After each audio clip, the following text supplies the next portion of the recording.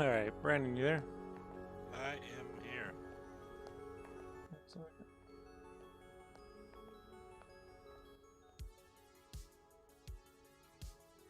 Let's see.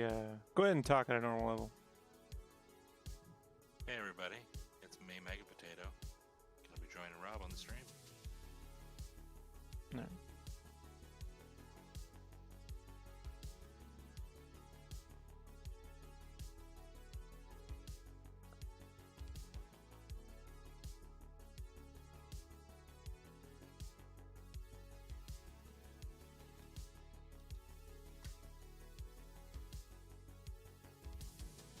City carved a silhouette on the ocean after dark, over the lonely and the holy and the red blood beating hearts. From the dirty black water, a shadow void of form raised itself out of the river, and it climbed upon the shore. You can hear me okay, right? Yep. Okay, awesome. Neon on the blacktop, there's a gentle rain downtown, a shadow pooling underneath me. I really like the left shoulder pad with the Mandalorian looking logo type thing on it. It's pretty dope. Yeah, I was trying to. I like. Hmm? I said occasionally you make something I like. You know, I'm kind of a fan. Occasionally. Nah, but it looks cool. You know, has that. Like if it was a toy, I'd be like, fuck yeah, I want that shoulder pad on my guy. I'm a stranger to myself. On these streets, I'm someone else. Shadows in the city. Now, I don't know that much about Mandalorians or Star Wars stuff, but certain colors for them that are based off anything, or you just went with some colors you like? The blue. Technically, these are the colors they used for the heavy Mando in the last episode. But really, it's just because it's a StarCraft mix, and the StarCraft armor is blue. Gotcha. And then I just did gold because blue and gold. I mean, Right. you know. I didn't want to give him a flame. I was thinking something different, so people didn't think it was Boba Fett. A lot of anti-Boba Fetters now, you know. Really? Oh yeah. So,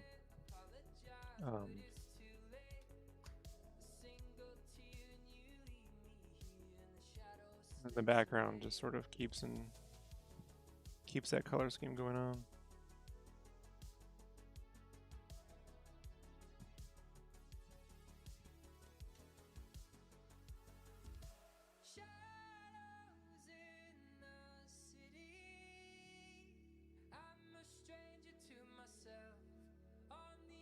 Yeah, I don't know enough about all the Star Wars to have like a die-hard opinion. I know a certain era, you know, and then it stops.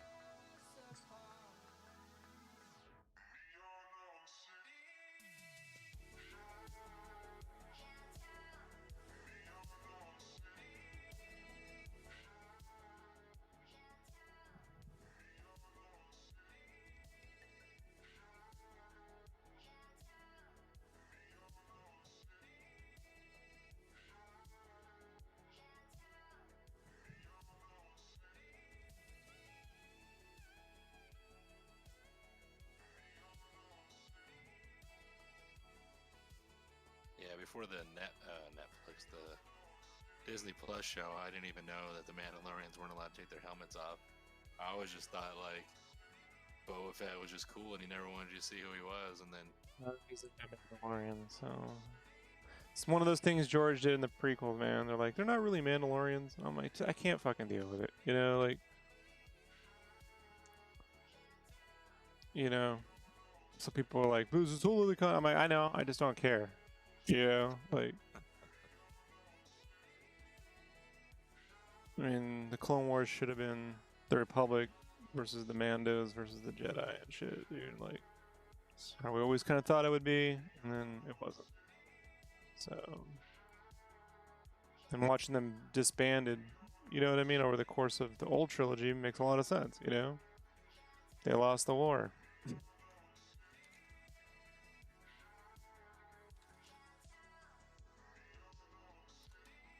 But instead, they're like, "No, the clone troopers are based off." It's stupid. It's a stupid thing. It's just pointless. Why wouldn't Palpatine just fucking clone himself? Right. Oh wait, he did. See, in the sequel trilogy, come to find out, right before the whole thing ends, he'd been cloning himself. I'm like, I can't do it, guys. You know.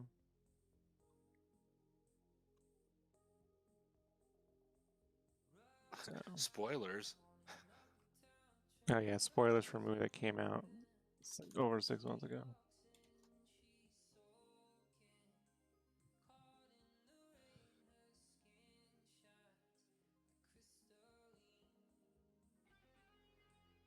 So the what's the Palpatine? That was the main creepy old guy at the end, right? Yeah, the Emperor, right? Yeah.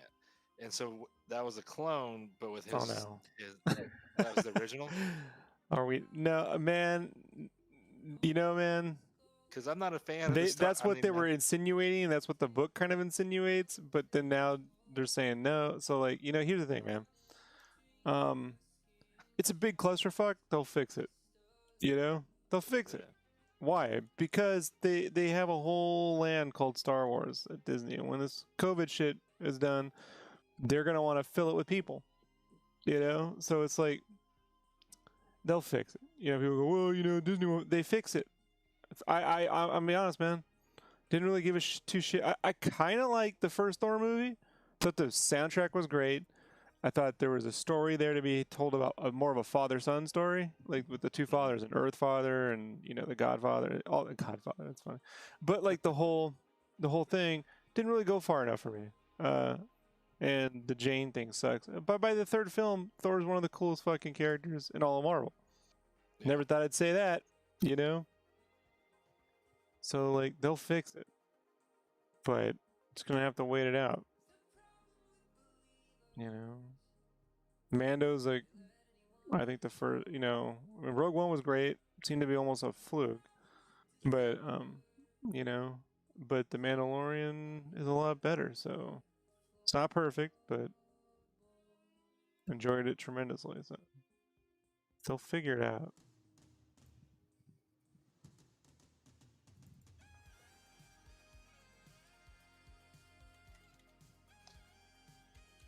And if they don't, then fine. Whatever. There's other shit to like. You know? There's other shit to like. It's okay to not like something. You know? But I used to love it, yep. You know? That's how I felt about energy drinks. Used to love them. We're done with that now. Over here at Sketchcraft, we're done with that.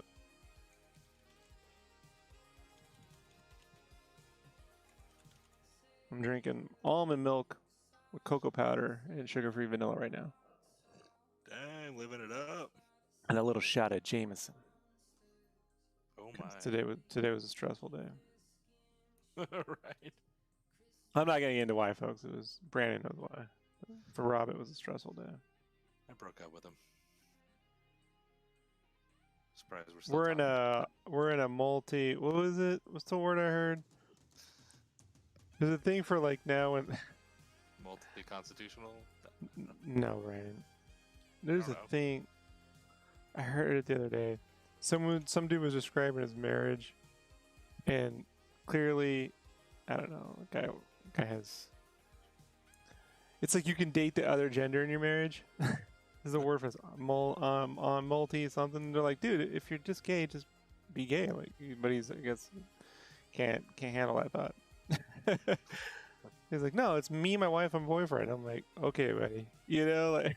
Am I the wife? And she's the boyfriend? I hope so. So it's just creepy if we drag your wife into it. But when it's just Brandon and his hot beard. Hell yeah, super hot. So there's a guy I've been listening to for years, Robert Meyer Burnett, and he did all the documentaries on like the Lord of the Rings movies and Superman Returns. He used to do a lot of that stuff before they were like, we don't do documentaries on making us anymore. And he's been on Collider for a long time, and then he started his own podcast a while back called Robservations. His name is Robert Meyer Burnett, and he's been doing it for like 3 or 4 years now, man. And then Rob Liefeld started a podcast today. Guess what he called it? Our observation. Robservations. Ugh. You know? That's not like Rob Liefeld to steal something, an idea. So that's new territory. It's like Robservation, but I tell more jokes. But it's with Rob Liefeld. Right. And I have swords. Okay, so I tell jokes and I got swords. It's like and he knows Robert Meyer Burnett. Like it's not like he can go, I've never heard of him. They've been on Heroes. He knows. He knows. He knows.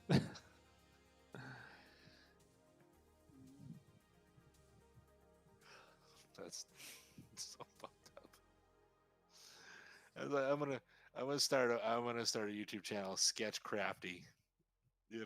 Like, oh no, totally Sketchcraft with Rob Liefeld. Hey, just do Sketchcraft with Rob Liefeld and don't have any Rob Liefeld on there. Just call it that. Today's guest is Rob Liefeld. I don't hear Rob. Well, he couldn't make it. He's busy with Deadpool 3. Well, really? much like the Deadpool movies, he's here in spirit, but not so much in execution.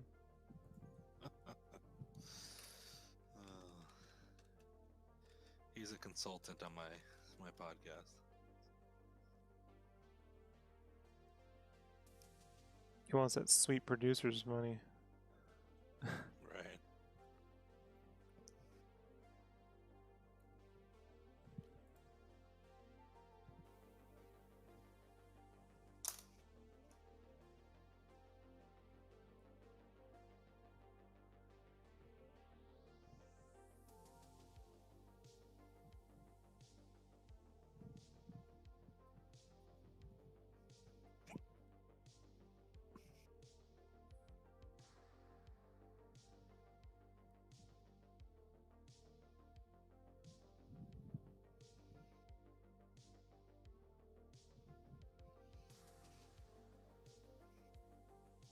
So our revenue on the YouTube is down 40%, Brandon.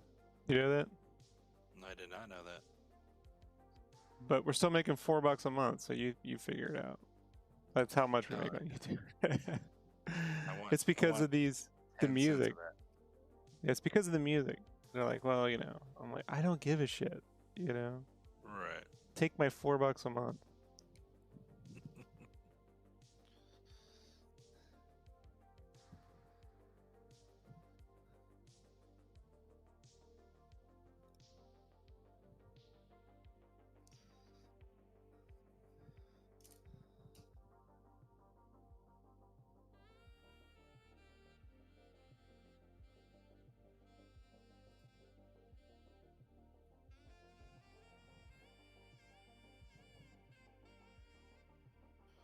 Official quote of Sketchcraft. I don't give a shit.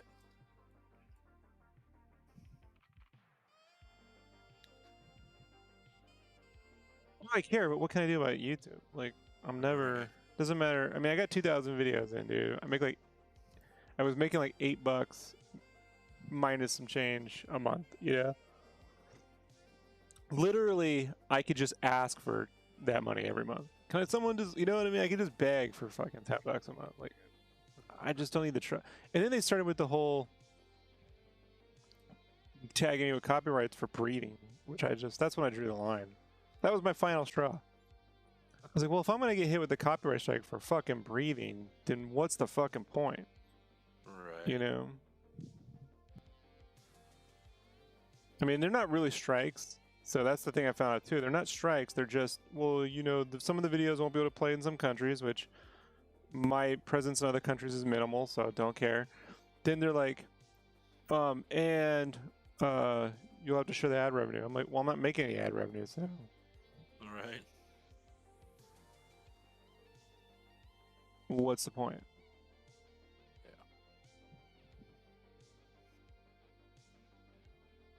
When we do when we eventually do the whole like speed commentaries, you know, where we're talking Yeah. over like the speed video, we'll keep those fucking, because that's where like a lot of the money was coming from, was that shit in the R tip. So the real time videos, it's like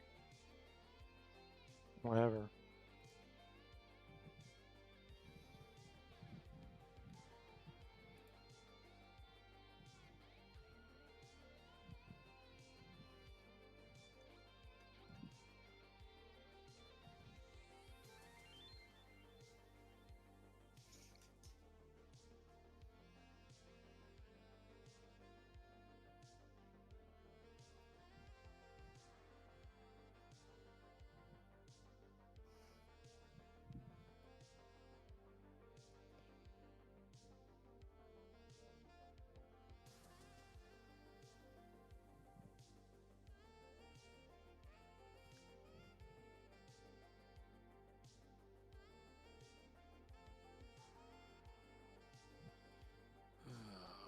What a lovely day.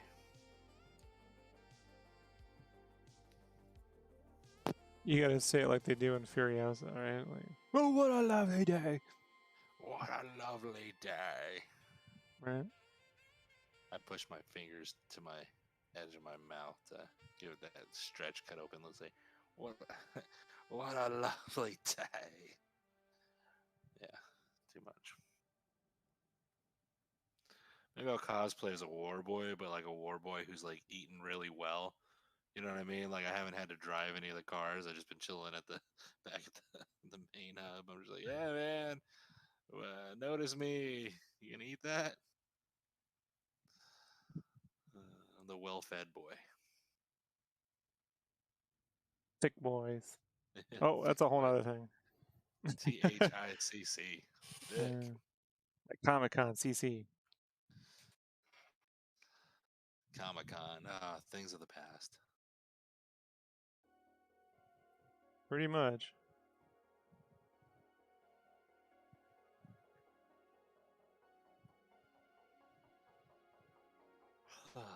Sad day for me today. I dropped like $700 on You have $700. What? Oh, party know. at Brandon's house. I know, Woot woot. $700. I was like, ugh, there goes my money.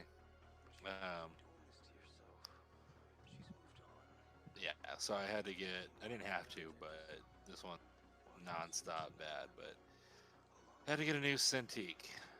Got the 16-inch. I would have liked the 22-inch, but yeah, I can't afford that. So got the 16-inch, the stand.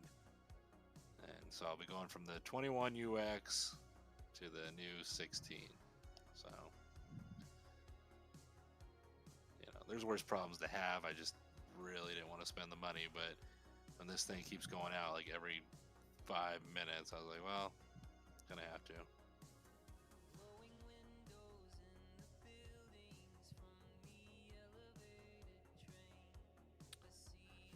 So I don't know what you're talking about, Armando. I don't know what you're talking about, man. Can we leave the ills of the world out of this stream? All the streams for now.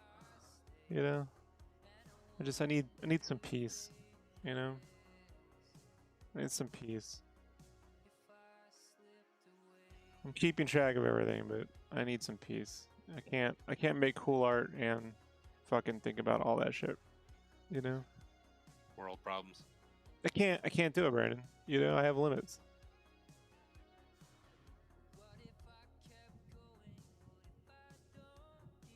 I'm not perfect. And that may come as a surprise to those out there just figuring, well, he's invincible. I'm not. I got a limit, man, you know?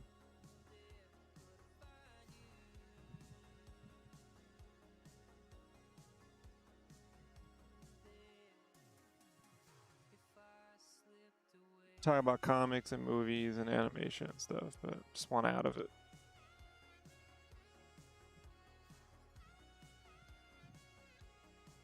Brandon, you know, I mean, I had to file a police report on somebody not too long ago, Right. right? So like, I'm just, you know, just want, I'm good for now.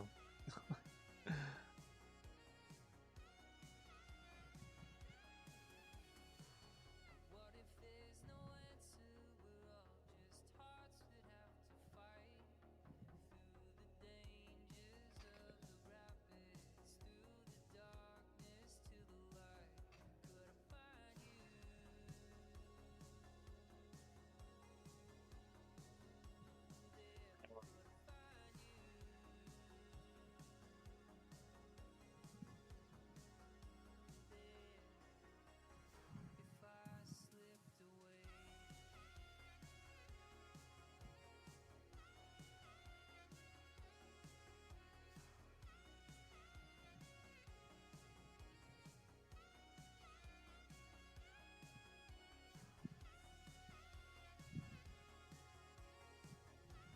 Alright.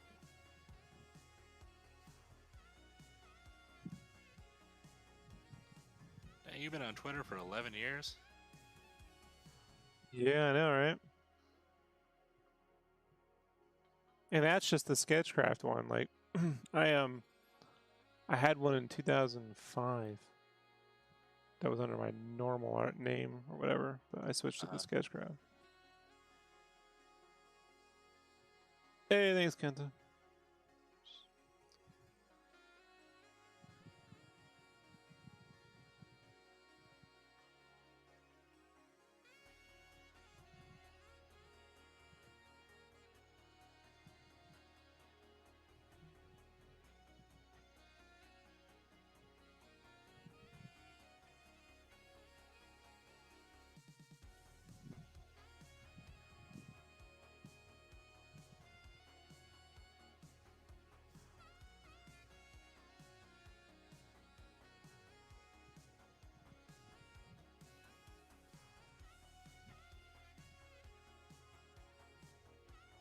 What are you gonna do with your newfound powers of Cintiq?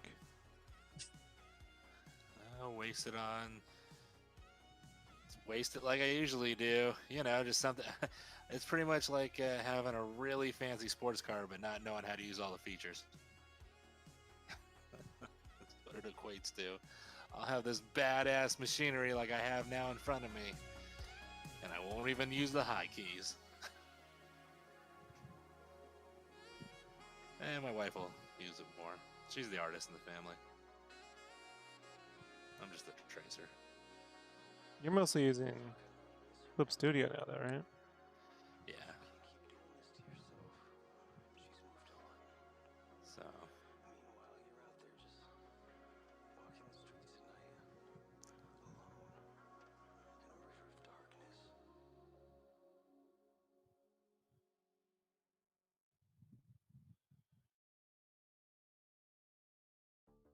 Which I like. I like Clip Studio a lot, you know.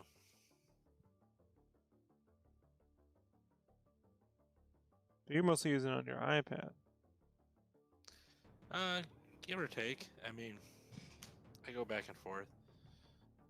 Those little side commissions that I got recently to pay some bills, which helped go into the new Cintiq.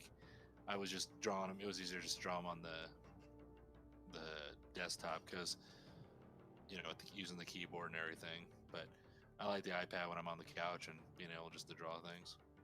But it's gonna be weird going from the 21 UX to the 16.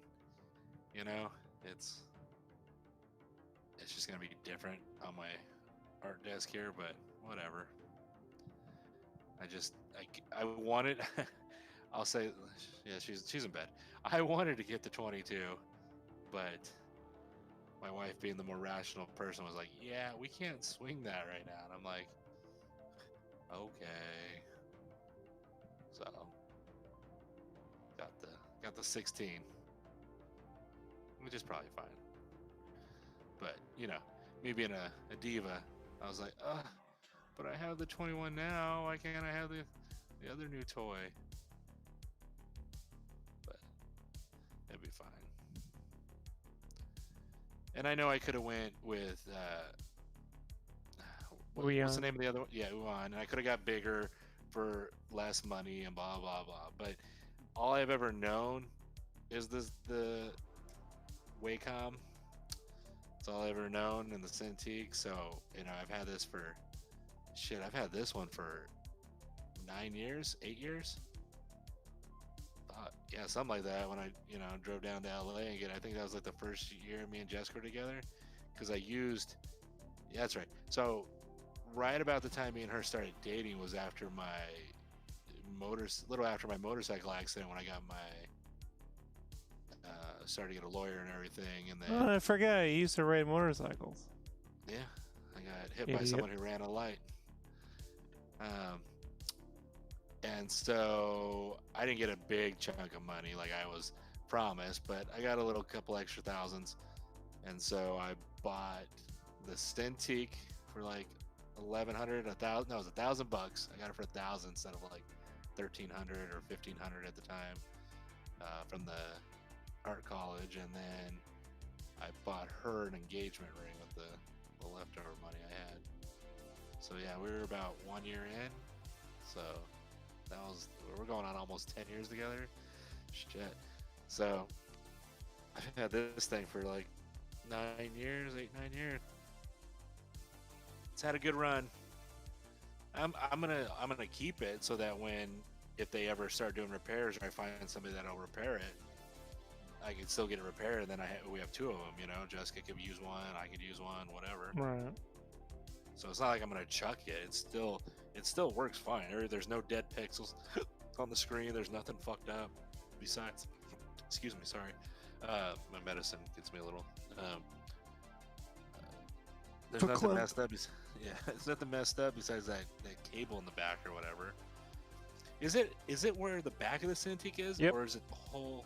Is that what it is? That's right. Yeah, dude, it's not something you can fix. Like, you're gonna have to wait till because they have to take it apart. And look, Brent, I already went through the exact same thing. So. Yeah. I'm telling you, there's only one way through. And that's that. Yeah.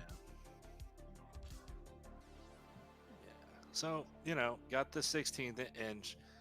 It'll be great to use. I'm sure it's lighter and thinner than this one from 9 years ago. I'm sure your 22 is traded out for a lighter, thinner model. Yeah, right. Yeah. If I can't make myself lighter and thinner, I can at least make my toys lighter and thinner. Well, I imagine your 22 is probably smaller and slimmer, right, than your old 21 UX. It's about the same, dude. Is it? The biggest difference is that it just doesn't get warm. You've been using yours; they get warm, right? Oh yeah, I always have the. This never gets warm. Starts to get hot. No. Nice.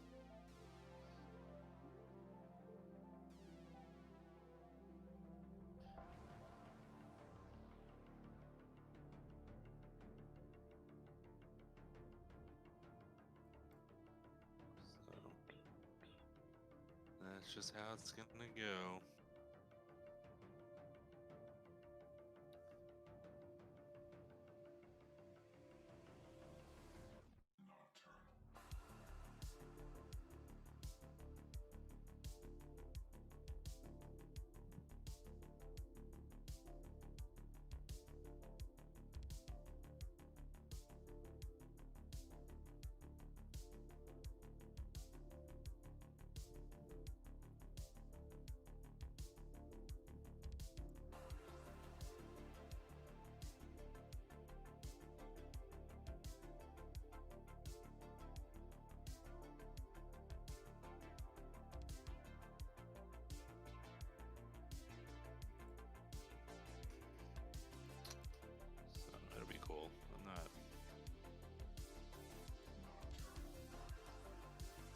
Bummed I had to spend the money, but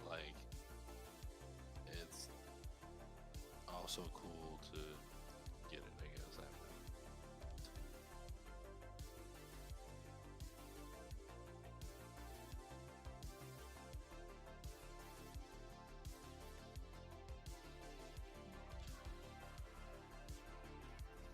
But yeah, this one going in and out, having to turn it back on, turn it off, turn it back on was just driving me crazy. using it and then it goes out, and then you're using it and it goes out, and there's no rhyme or reason usually why it does it.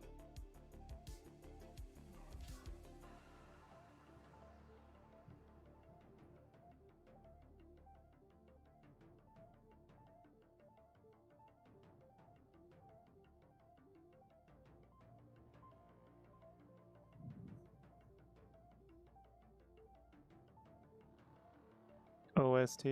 This is the Midnight Nocturnal.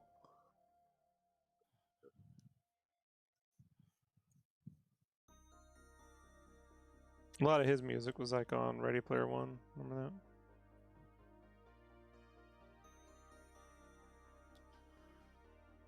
Did you see Ready Player One, Brandon? I have not seen it. I always wanted to watch it. I was waiting for it to be on one of the streaming platforms, and then I just kind of forgot about it. You guys ever come up here? We'll watch it in 3D. Hell yeah! One of these years, right? Yeah. What do you think of that news that Henry Cavill's talking to? Guess who Warner broke Bros. that story? Was it Humberto? Umberto! Dude, Umberto's a man, dude. Yeah. Umberto's a man. Well, he says there isn't a Man of Steel Act 2 in development, but that he'll appear in other shit. My guess is the first thing they need to do is go and modify the ending to Shazam where he actually fucking appears. Because he was supposed to be in that ending. Right.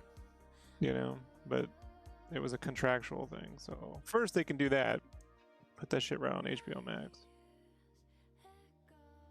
That'll fix that shit movie. Then I don't know what else he'll fucking appear in. Wonder Woman? I Yeah. don't really know, you know? Like, I don't know what their plan is. They'll figure it out. Yeah, it's not like them to not have a plan for all this.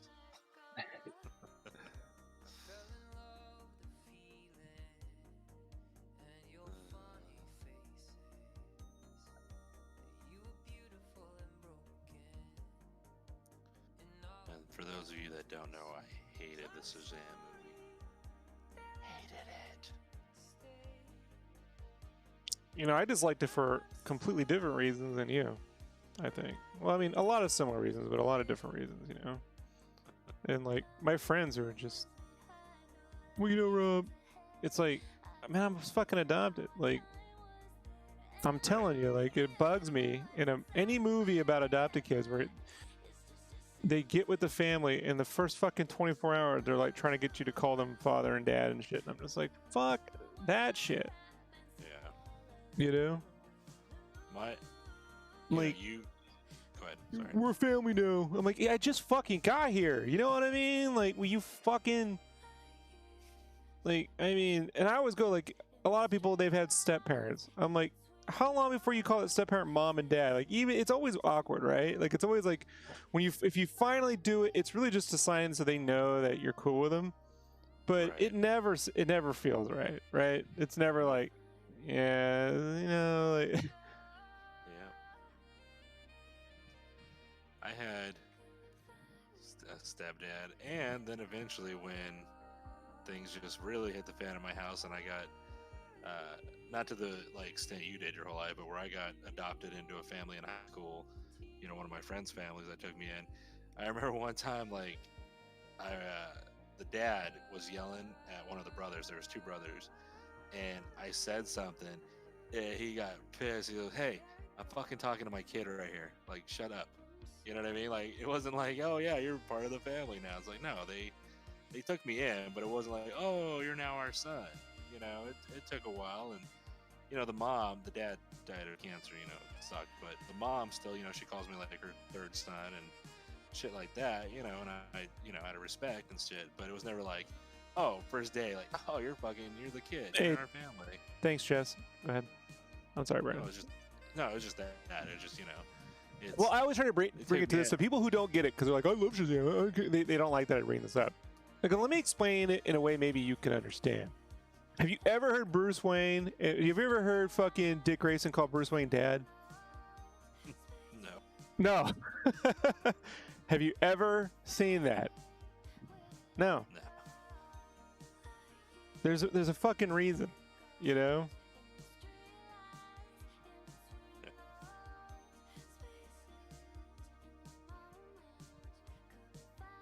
That'd be weird, right?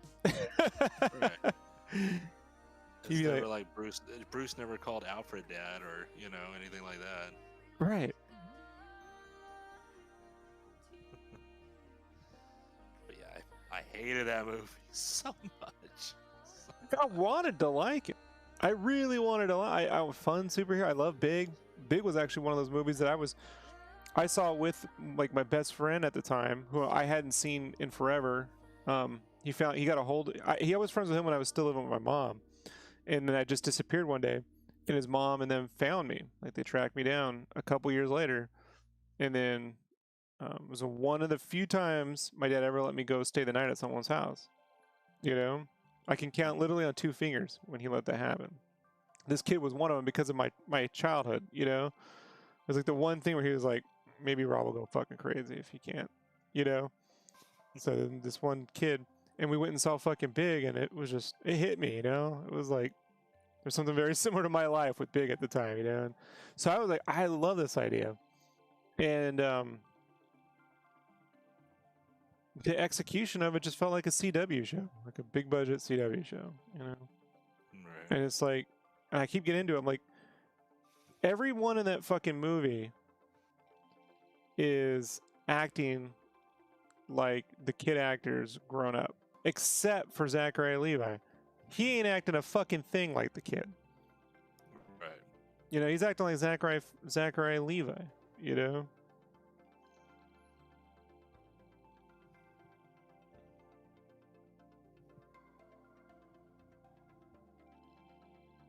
I'm like, should have made the handicapped kid the fucking main dude.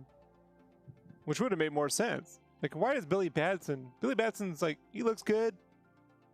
You know what I mean? He's a good looking kid.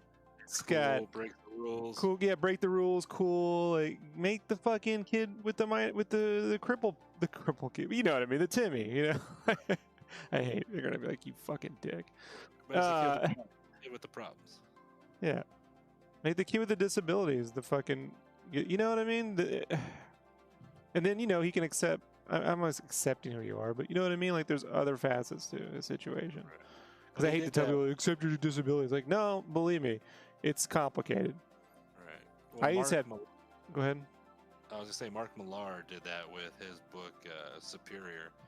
He had the kid who had, and sorry if I get it wrong, it's been a while since I read Superior, but he had like cerebral palsy, or, you know, the kid had the MS or something like that. Yeah, he would be addicted to it, right? You know, probably. That's what it was all about. And so he loved it, you know, and his biggest thing was giving it up. And so it was basically Shazam, but if like you're saying, if the kid with the disability had the powers, and he was all about it, you know. So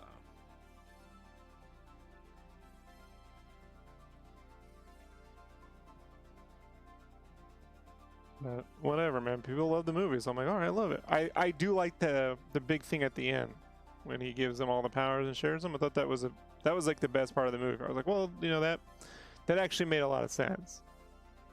You know, but that's about it for me.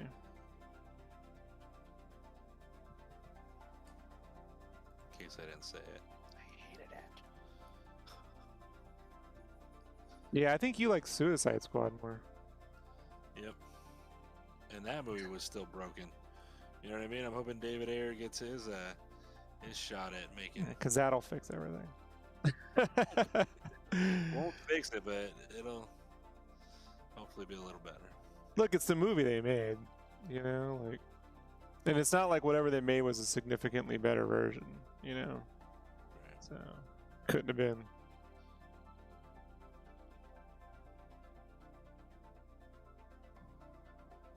We shall see. Hopefully. I mean, you got, you know, Zack Snyder's getting his cut, and he's already posting things about Darkseid. You know, he's like, yeah, I had it in there and all this stuff. So A shirtless Darkseid. I hope. I don't know. He'll be He'll be gray and CGI'd. Because they didn't have enough of that in the Cave Troll Dark Side or Doomsday.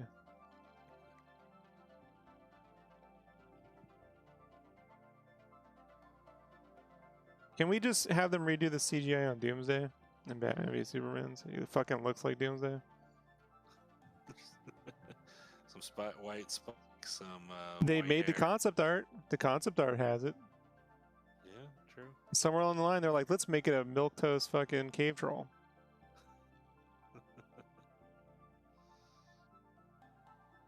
Well, look at what happened to my favorite all-time villain ever, Apocalypse. Look what happened to him.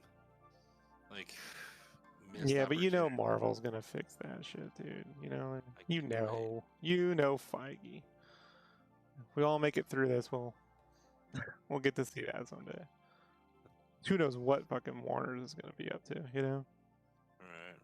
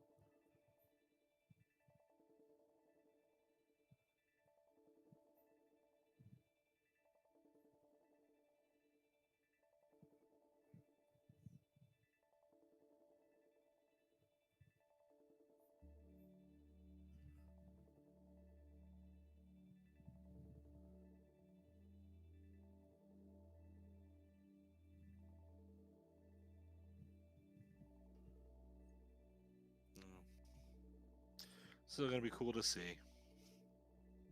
Even if it doesn't turn out good, it'll still be neat to see what he comes up with. Think they'll have any more Jenny Olsen? You mean you say Jenny or Jimmy? Jenny. She's in Man of Steel. You forget it was Jenny Olsen. Where? Who? At the fucking Daily Planet. It's Jenny Olsen. The dark-haired girl who gets like trapped under the steel bars. Yeah. You don't even know your movies. I didn't even know she had a name. Well, because I know they kill off Jimmy in the yeah. South African. The Olsens get scene. they just get fucked over in Snyderverse. Justice for Olsens. Yeah, that's Jenny Olsen. How about that? How about them apples? Right. People have done all these comparison pics of Ben Affleck on the Snyder Cut and Ben Affleck during the Whedon shootings when he was having alcohol. Poor guy, you know, he got super fat. Oh, yeah. It's like You can see the bloat in his face and everything. Yeah. Sucks. Yeah. That's right about the time the missus had enough. Collective contribution of millions of human beings who carry in themselves certain power and influence and emotion. And every time you I was looking at all the comparison pictures. You've dampened the glow. So I can't help myself. It's the fundamental question of whether this society is going to find a way to make itself as rich and as powerful, and if you will, as beautiful as potentially it can be. Like adventures, you gotta meet people, and all this. It's like an adventure, big adventure. It's fun.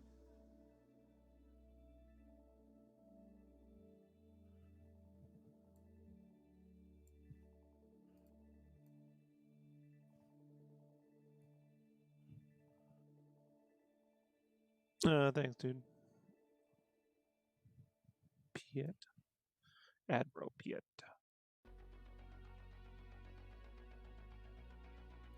Speaking of marketing, one of today's greatest marketing triumphs in the entertainment field is video games. It's a business which has tripled in size in just 3 years. Ron Hendren went field to bring us this special report.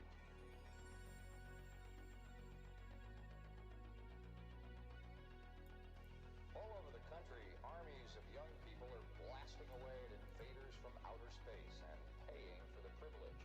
I'll be looking at the electronic game craze, which has not only fascinated the nation, but which has created some interesting problems as well. Although it looked innocent enough, this machine turned out to have some unusual powers. It kept kids mesmerized for hours. We are not a sentimental age. We don't want our parents trying to order ticker tape parades. We are not a sentimental age. We're all getting high on fire escapes. We are hooking up with strangers we will never see again. We are not a sentimental age. We are not a sentimental age.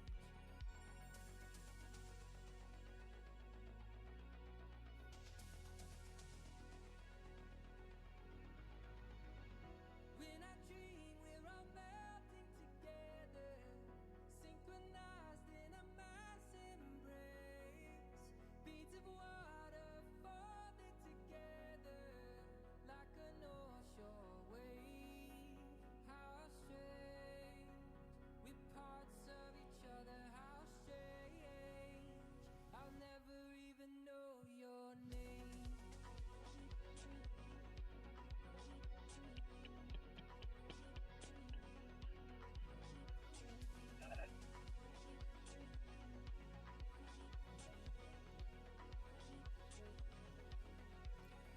We are not a sentimental age.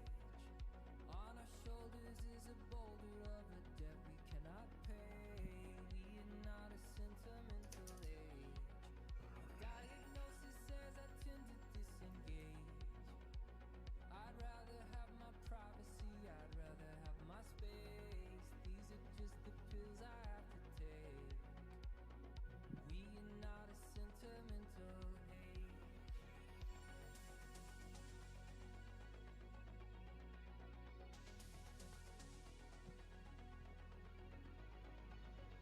When I dream, we're all melting together, synchronized in a mass embrace.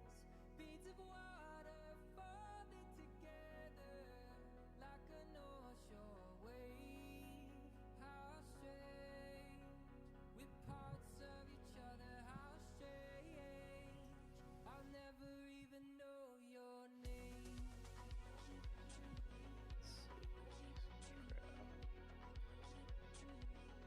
Rob, do you know how many followers you have on Instagram? 38,000? Uh-oh. You've moved down if that's the case. It's 30, 33. sorry, 33.8. There you go. It was at 33.9, but it goes down when I post. See, I lose followers when I post art. The people should know. It's true. That is true. I've seen it. Yeah. So I posted art, it did well, and I lost followers. That's how it works.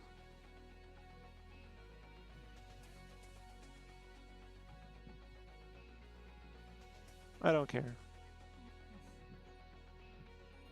We are not a sentimental age. I care for you. We don't want our parents trying to order ticker tape. Newsflash: 33.8 thousand of them have never bought. You know what I mean? Like, so you know what I mean? Like,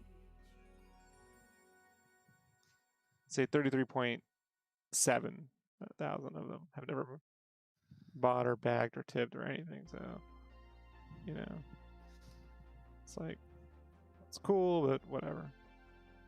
I'll take it. I'm not gonna complain. Did you ever own, right around like 94 to 98, any of the Japanese X-Men mangas? Those books? No, because I didn't have access to them. So they're cool, right? Oh yeah, I remember. I think I had one, but it was a translated version one. But it's been so long that I can't remember it. I seen some that guy. Joey Furtado. Joel Furtado. Yeah. Yeah. Furtado. He did the X-Men animation thing that got Fox Right. knocked. Yeah, yeah. They gotta take I it saw out. that. Yeah. Yeah, the Danger Room stuff. That was great. But yeah, he just posted it, and I was like, oh yeah, those things. You know, you forget about some of the cool stuff that's been out until someone says, hey, remember these? And you're like, oh shit.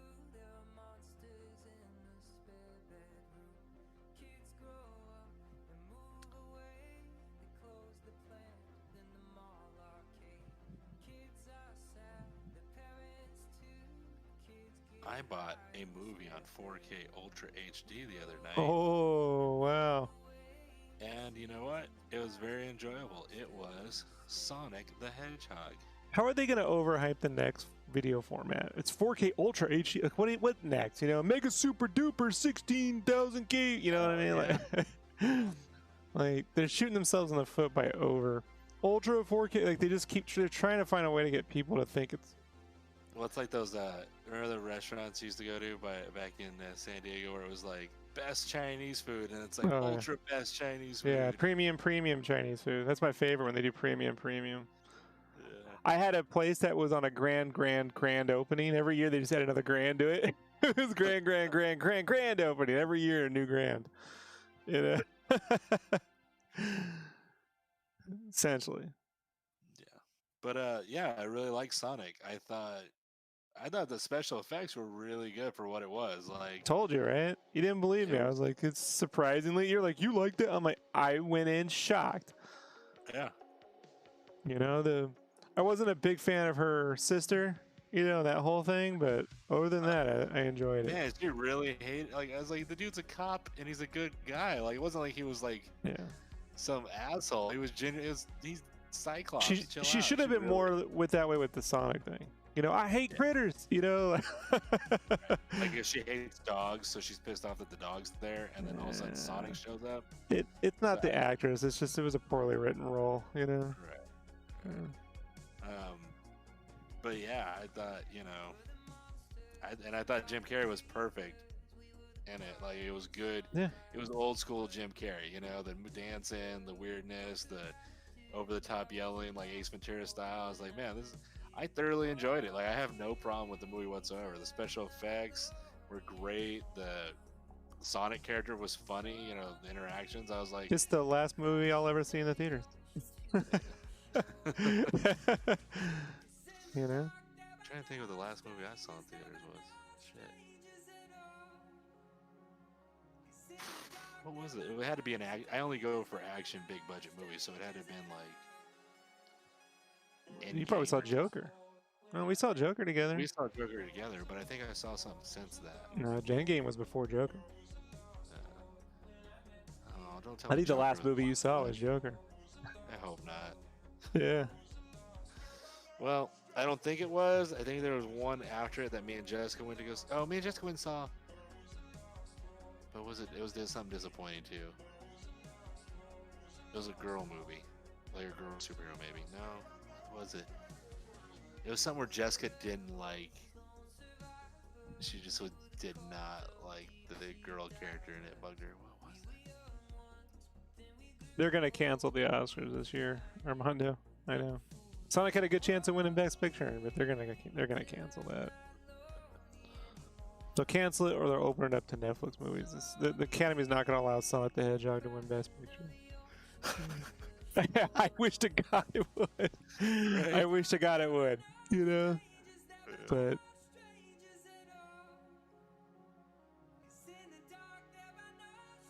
Yeah, it was really good.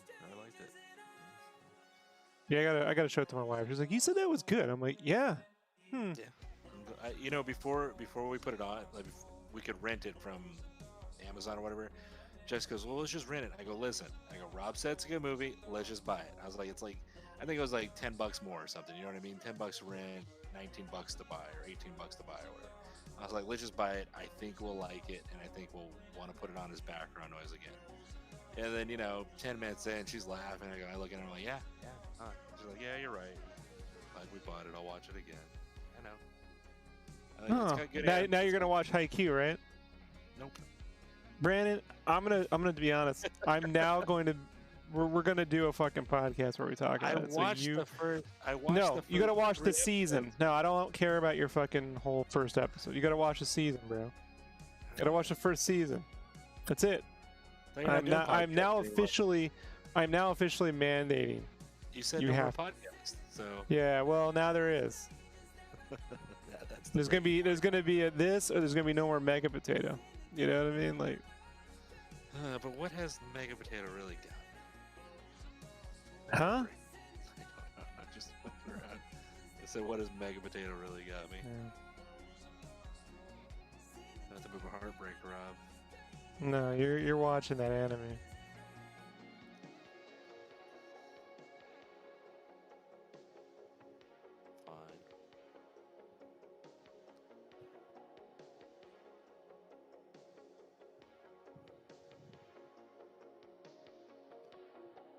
Fine. Anime podcast. We'll just talk about it here. But Brandon, I'm making you watch it. It's not an option. So You're impinging on my rights, sir. yes. Yeah. Yes. Just like when you wear a seatbelt, you know? Same thing. Now you're watching that fucking podcast or that anime. So buckle up, buddy. You can thank me when it's over.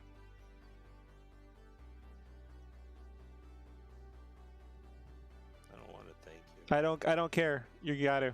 I'm being dead serious. Now I'm giving you the opportunity to do it on your own. Now I'm demanding. I can't work with people who don't watch it.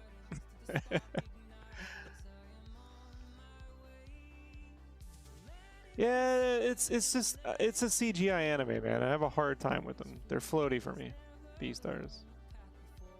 You know.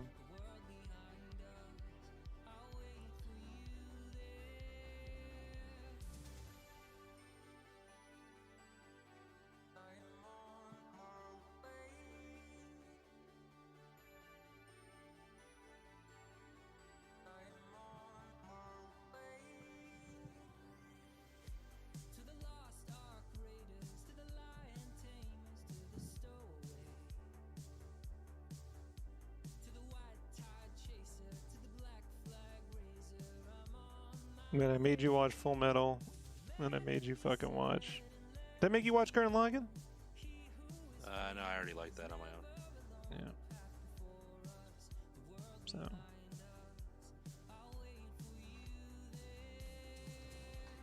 I definitely made you watch fucking Full Metal. I liked it. I finished the whole thing. Yeah, I'm gonna sit down with Beastars at some point, man. It's on my list, but just right now.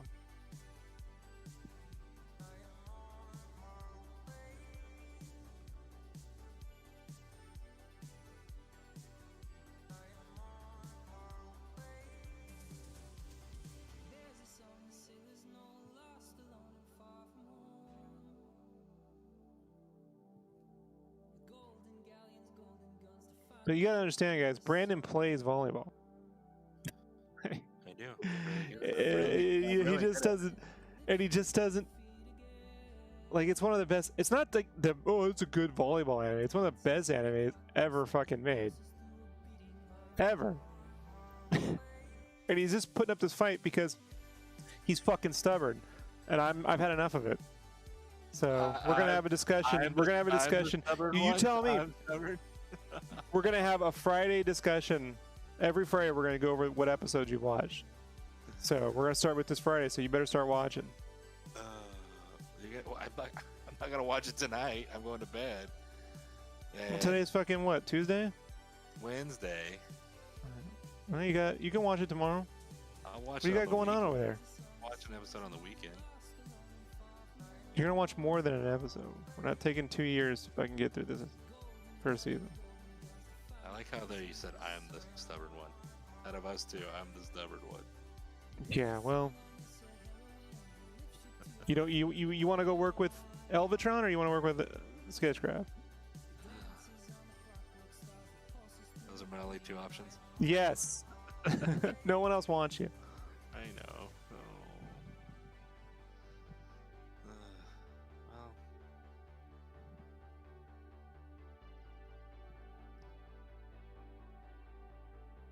Do I have to answer now?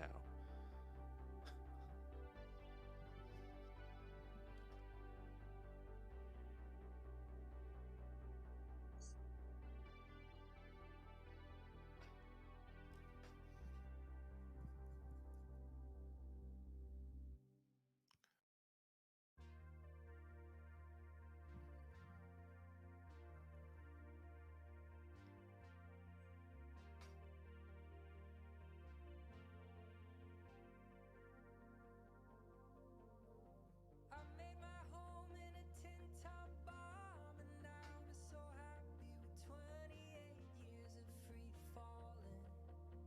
Oh, but now it's all guts and I'm balling. And she was born in a tenement, woke up with shit for nerves. You know, she never learned to talk to adults. She said everything's easier in here.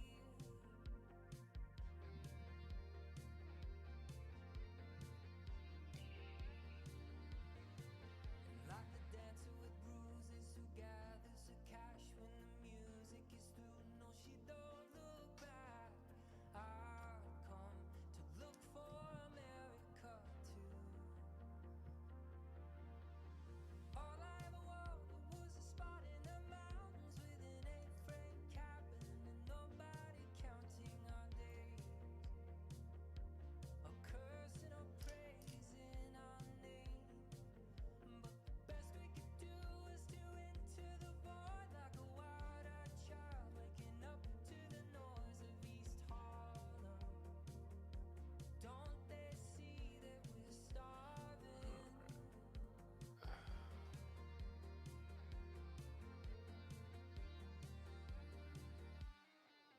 Like the dancer with bruises who gathers the cash when the music is through. No, she don't look back.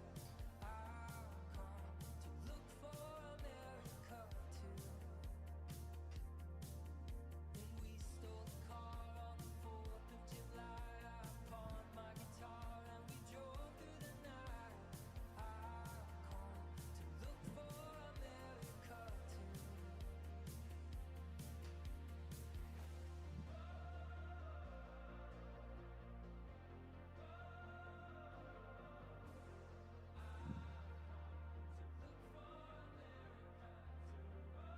The bell cannot be unrung, Rob.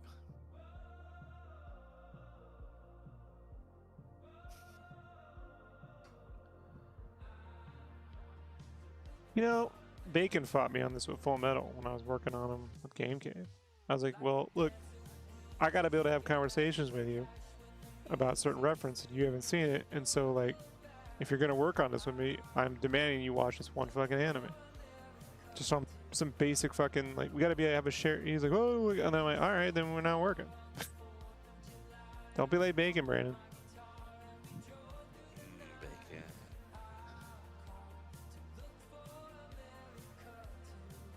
I pretty much do everything that's asked of me.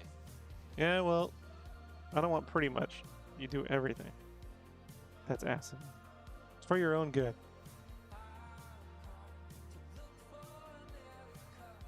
We'll see. Time will tell.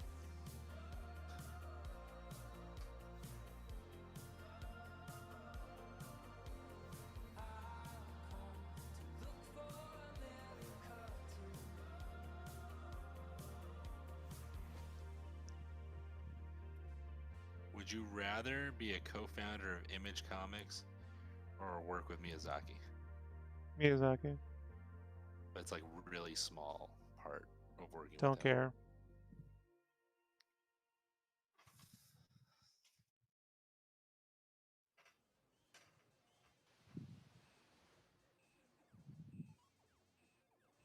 What does being a co-founder mean? Image doesn't own anything, so I don't know. it's not like Todd does well, they all get a paycheck. Right.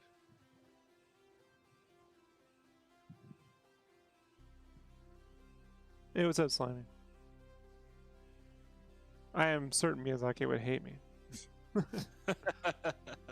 I am pretty positive of it. Gotta remember though too, like I don't animate, so- but Right. that's some hell I'd be willing to go through. I feel that on a spiritual level. Oh yeah, you're gonna love watching those documentaries. You're like, this feels very fucking familiar. Right.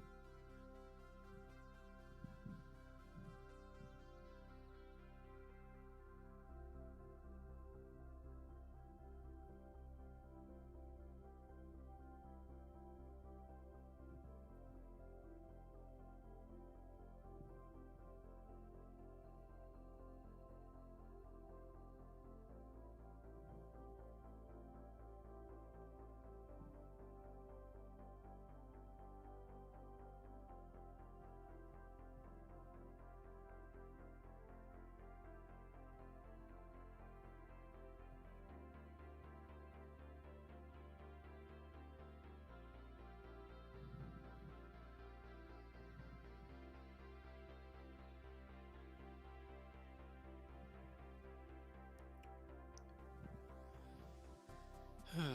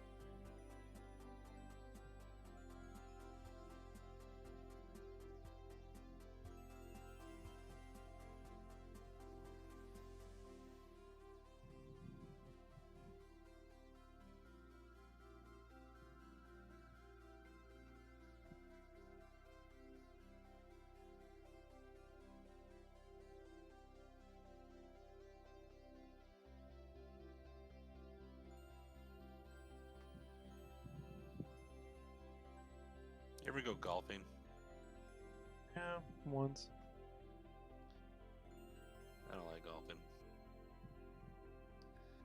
Golfing or fishing, I could care less. Like,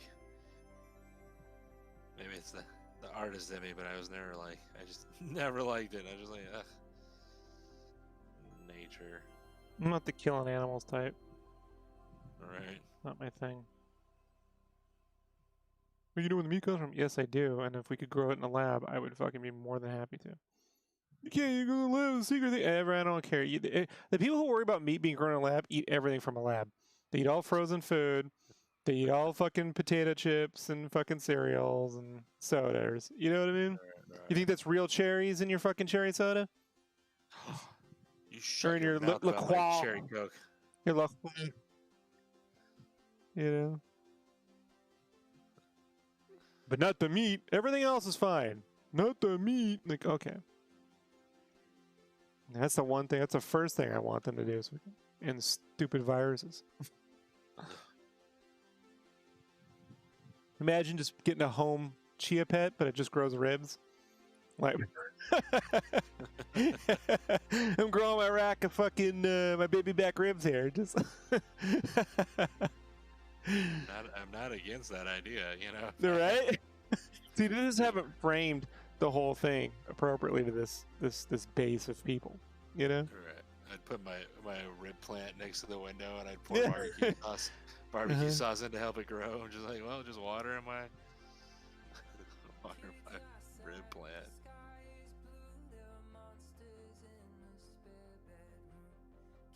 Nice. Now that's that idea's in my head. I'm like, man, I want ribs. I haven't had ribs since pre-virus.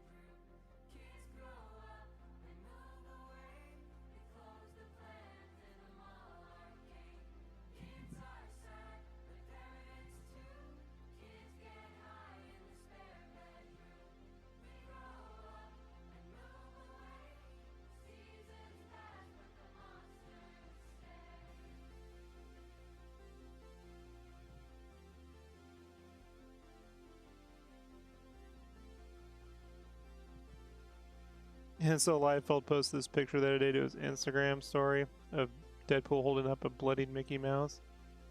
And it made its way around the internet. And I'm like, fucking idiot. And so then, because he can't get out of that, right? Right. So then he went and posted images of Mickey couldn't have a bloody head of Deadpool, right? Like, oh no, this is both sides, right? He's Like, doubling down on it, huh? double side. No, I'm just saying it's just a thing I'm doing. You're like, yeah, okay, buddy. Yeah, Like, he did it. He did it because he's pissed that they're not gonna. he's They don't- suing them. Yeah. All right, like he's suing them over fucking like look, right or wrong, he's in active litigation with them over shit. Like, why would they fucking? You know what I mean, Brandon? Like, if I'm suing fucking Marvel, I mean, if I'm suing fucking Lucasfilm and they don't include me on the Mando, Starcraft, Boba Fett crossover, well, you know, it's because I'm actively. Even if I had a right to, if they, well, you know, I was absolutely right to. Yeah, but still, why would they? Come on, man. You know. But it's the whole like he won't even own it shit. It's like no, it's both sides. You're like, no, you know, his moves are so 7th grade. Yeah. It's pretty hilarious. So then fucking Marvel does their first. So now that Feige's in charge of fucking Marvel Comics, I don't know how coincidental this is, but it's pretty funny. Their first reprint of Deadpool is the Joe Kelly run.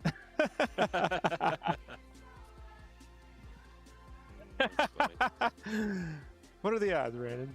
You know?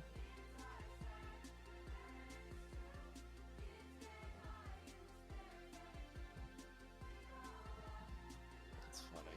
I love it.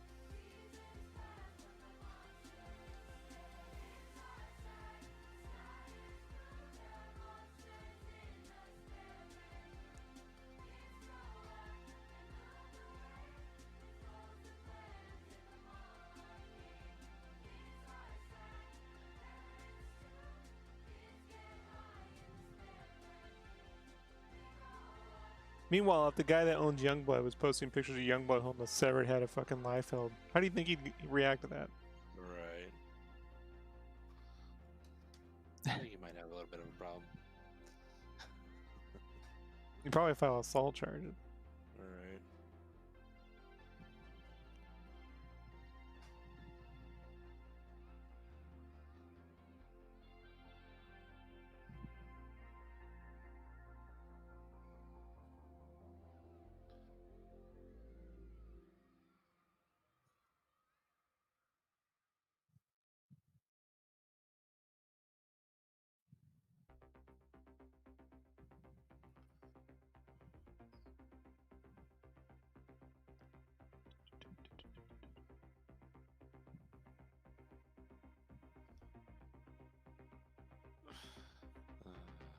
good stuff. It feels good inside when you tell me things like that. I'm like, yes, that's good stuff. Right.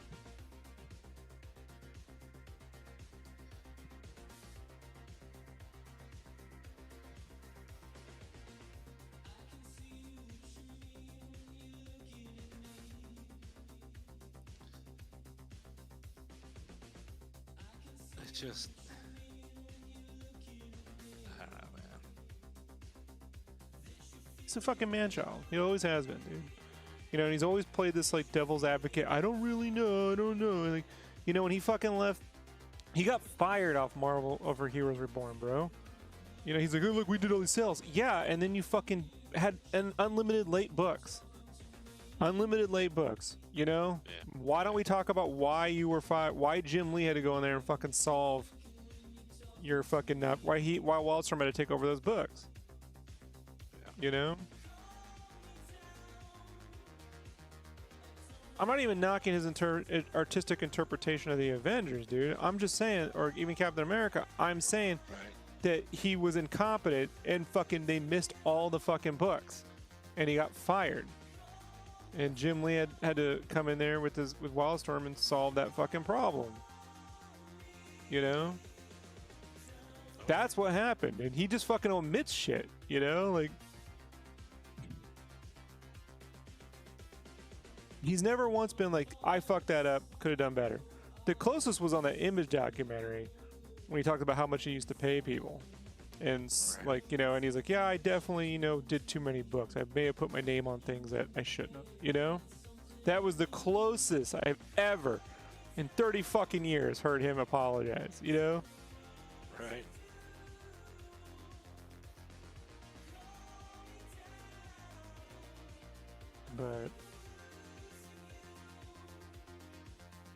But then he goes and does shit like this where it's just like, dude, why, well, how old are you? You gotta post pictures. You're actively complaining about fucking Disney, and then you post a picture of Deadpool with the severed Mickey Mouse head. Like, what does that say? You know? Right. Come on, man. You really need. That's some shit you talk to your kids about. It's not something you talk to a grown fucking adult. You know, like.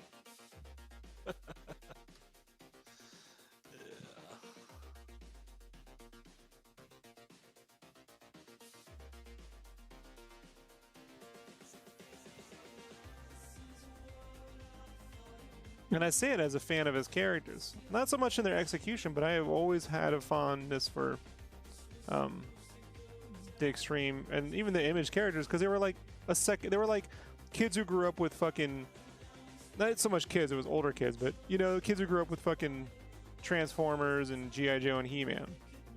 Yeah. It was very much, there's nothing fucking realistic about G.I. Joe, the 80s version. You know what I mean? Or Transformers. So it was like getting stuff that was like new versions of that stuff.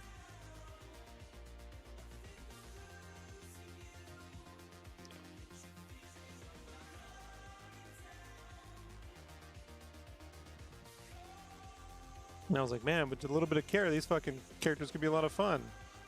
But, you know, him cranking out the fucking covers. We need more covers.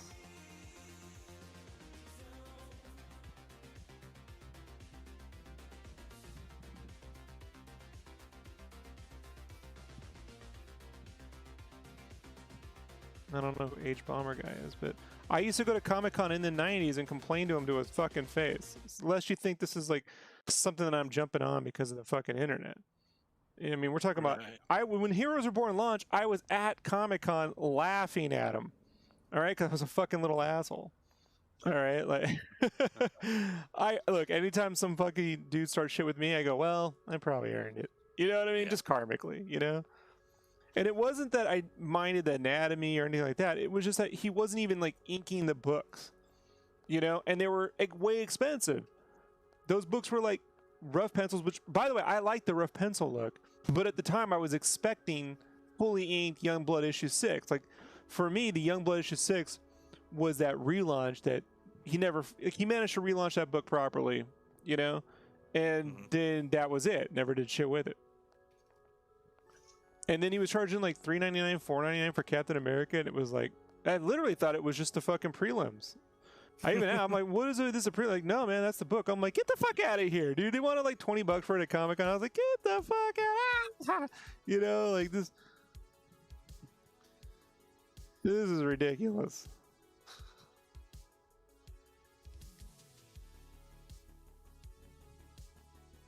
I still have the T-shirt I bought at Comic-Con from '97 of the, you know, that pose where they're all posing with like Thor with the hammer holding up. It's like that. I have that shirt, the actual fucking screen printed shirt from '97. You know,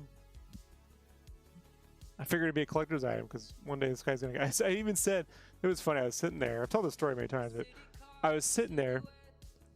It was in front of a poster of that giant poster. I'm like, whoever fucking hired this guy is gonna get fucking fired.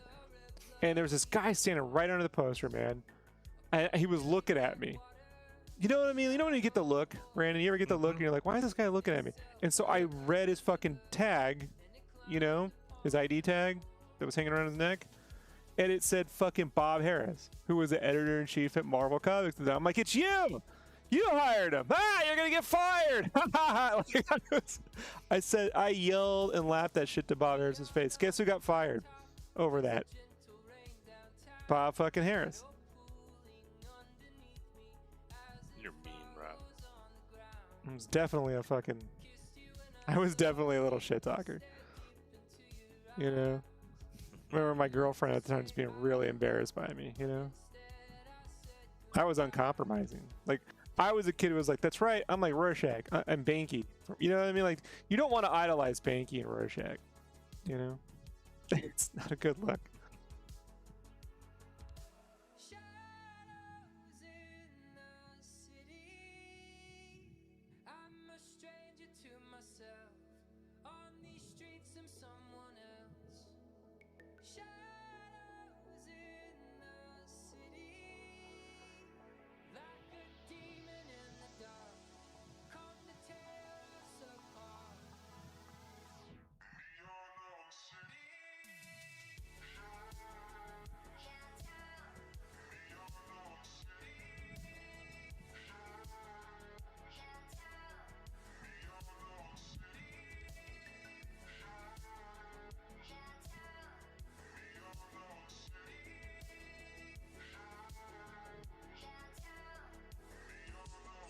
But man, look, I bought them. I bought them all. I bought Iron Man, Hulk, Fantastic Four, and Captain. Well, no, actually, I didn't buy the Captain America. I was like, fuck that book. Like,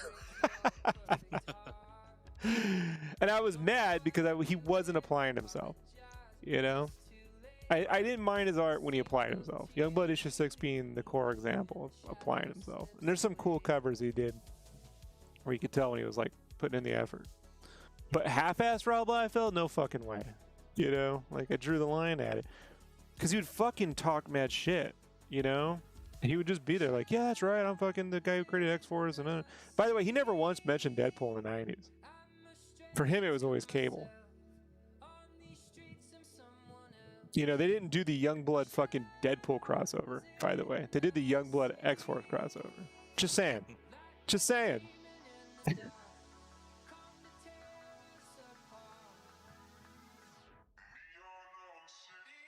Wasn't until after fucking other writers made him fucking popular that he was like, that's right, I'm the Deadpool guy. Like, okay.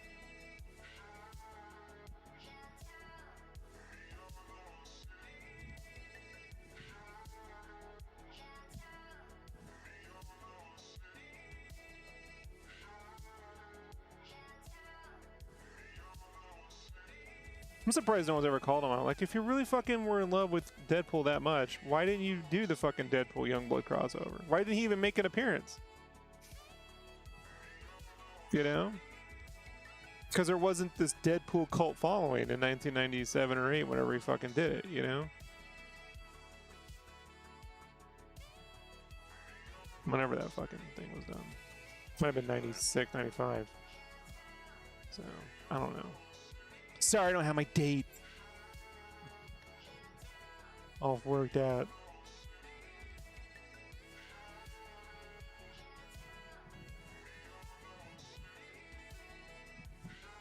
I didn't even mind that the books were late, Brandon. What I had a problem with the books were late and they looked half-assed. You know what I'm saying? That was my problem. Right. Like, well, why were they late?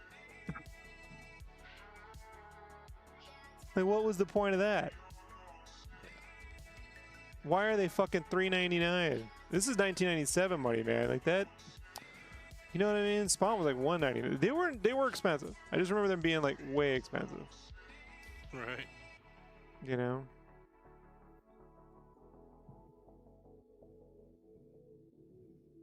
Whatever the price was, I just was like, this is fucking for this.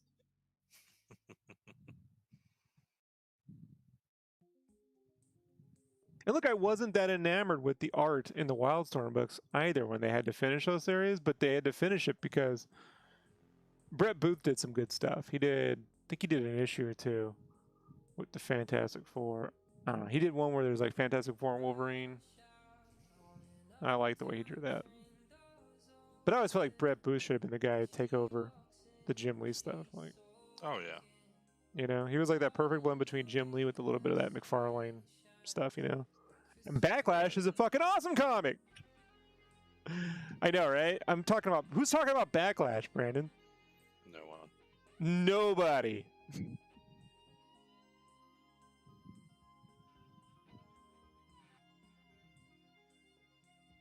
I should do a Backlash piece.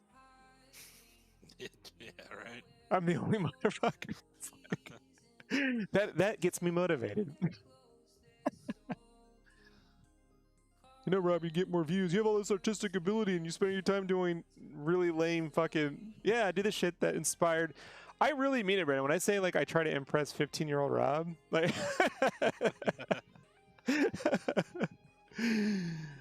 That's it.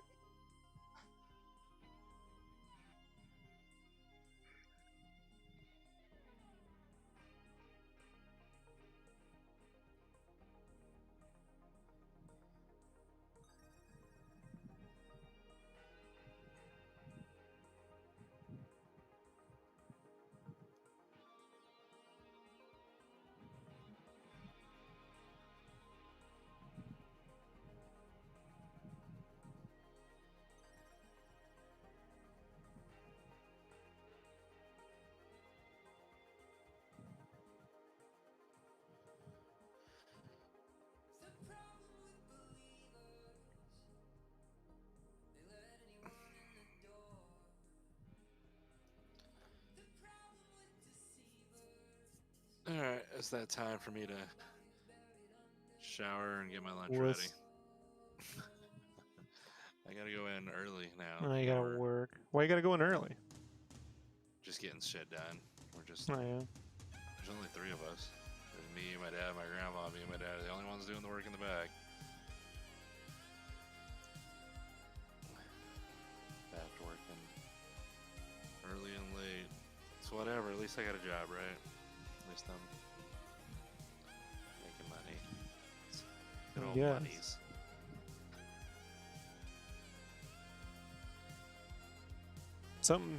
Some Cintiq ain't paying for itself. Right. If only I could use a Cintiq, you know, for art to pay for things. Yeah, well, you know, Brandon, we all have dreams. Oh. I wanted to be a pro wrestler once, you know? Really? Yeah, that was my dream. That's how I ended up with the scar on my eye until the first time I busted my head open. I was like, well, I guess we're done with that.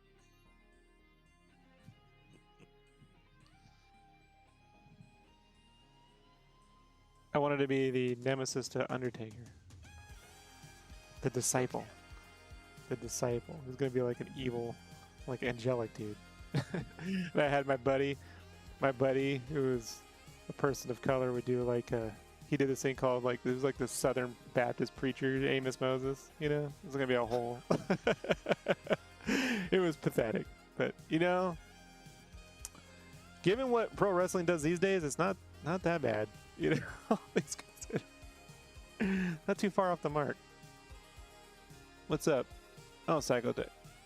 Oh, Psychotech doesn't remember Backlash. You like Backlash, right, Brandon? Yeah.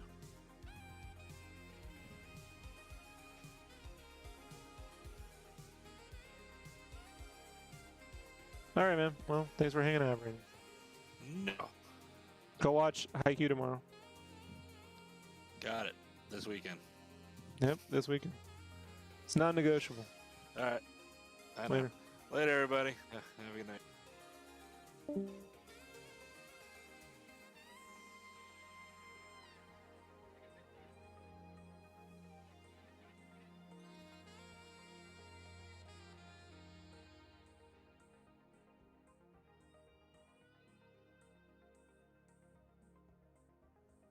Rush out on an uptown train, doors open, and she walks in, she's soaking, caught in the rain, her skin shines like crystalline.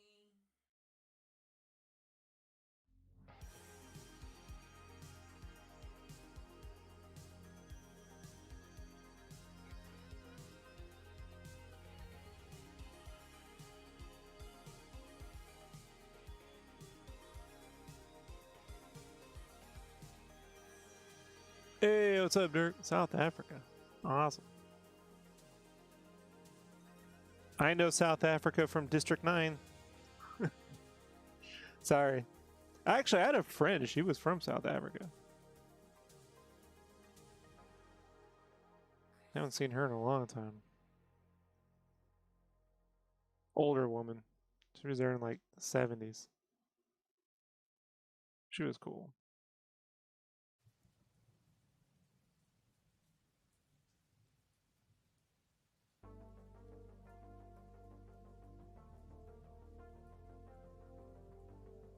Alright, how am I doing this?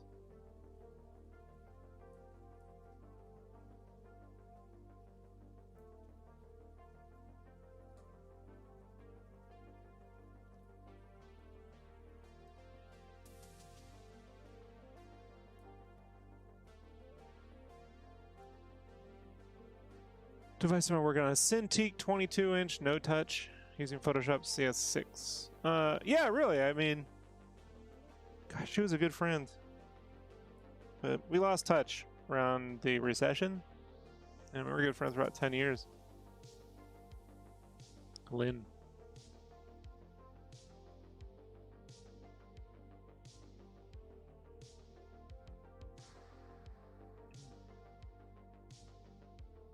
Sometimes it happens, right? You have friends and they just disappear on you. I'm just doing well.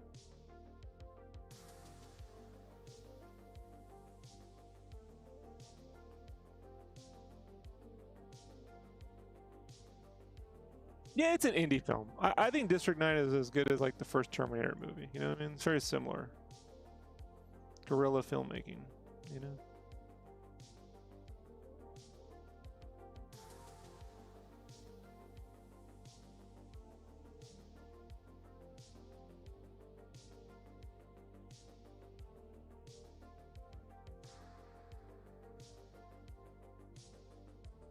But I'm just over here noodling this fucking armor.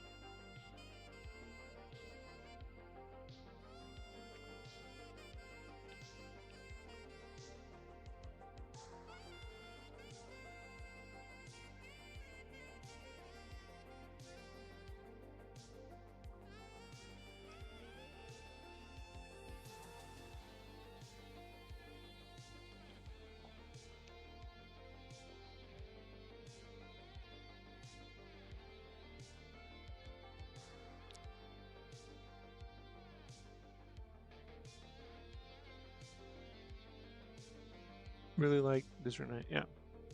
Yeah, it was fun.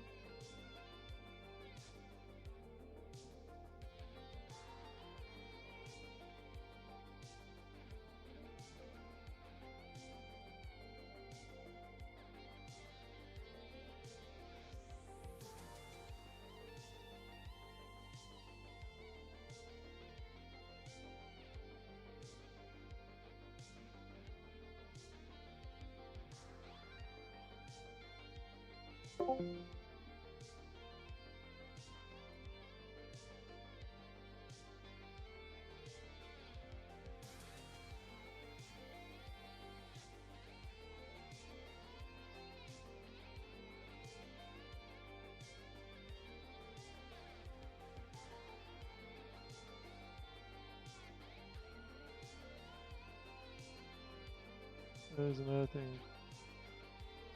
Yeah, I didn't really like Chappie as much. Same director, Blomkamp. He needs to sit down with some screenwriters. I like the ideas in it. Just they cast those two twins or whatever. They're like DJs or something. I don't know. They were. I don't know.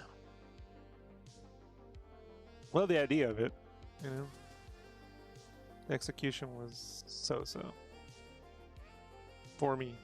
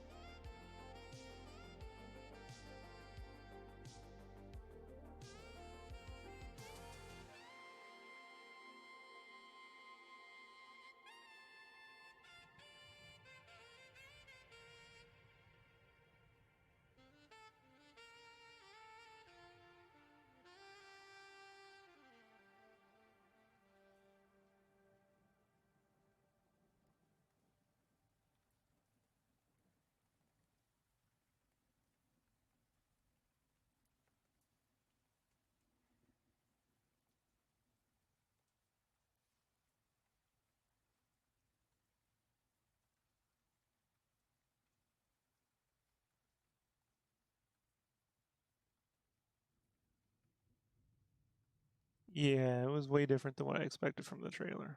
I was expecting like a hardcore version of Short Circuit. You know? Maybe even in the same universe as District 9, you know, just a separate story. But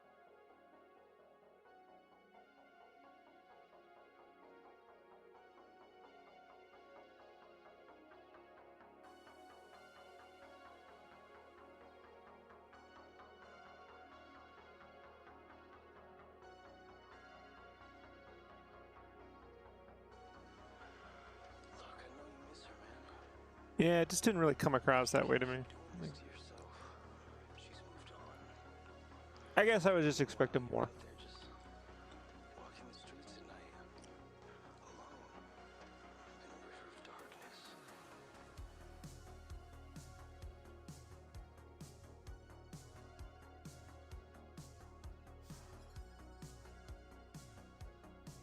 Oh. You never seen Short Circuit? No, I don't want to say it's a great movie, but it's cool. It's a fun 80s film. You know, it's not highbrow. You know, but good, fun genre movie. Genre.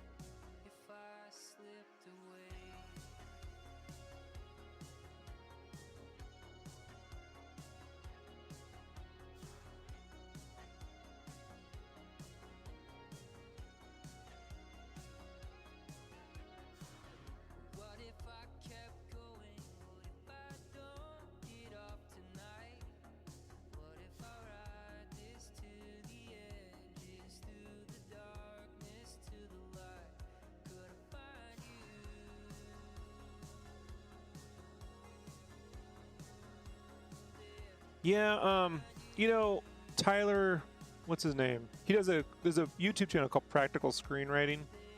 It's a good channel. And he did a good job of breaking down how to improve the story on that, you know? And not making a genius film, but just improve some of those things. And It's crazy because Elysium's the only movie I've ever seen where they actually got Sid Mead's fucking like space station in a movie. You know, all that stuff you see in concept art but never ends up in an actual film.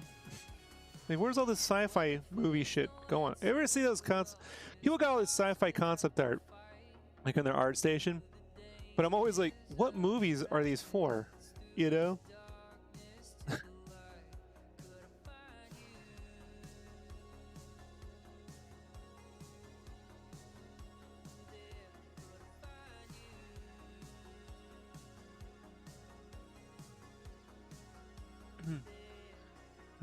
I'm 42, so, you know.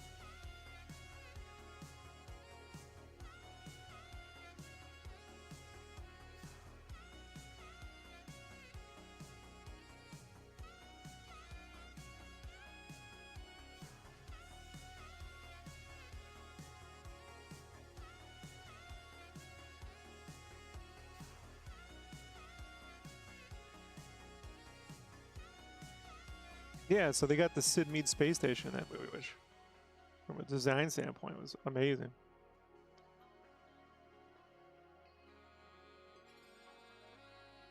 But yeah, I need to work on the story. Yeah, 42. Can you believe it? I don't act like it. Much to my wife's chagrin. Do they still use that phrase these days? Chagrin?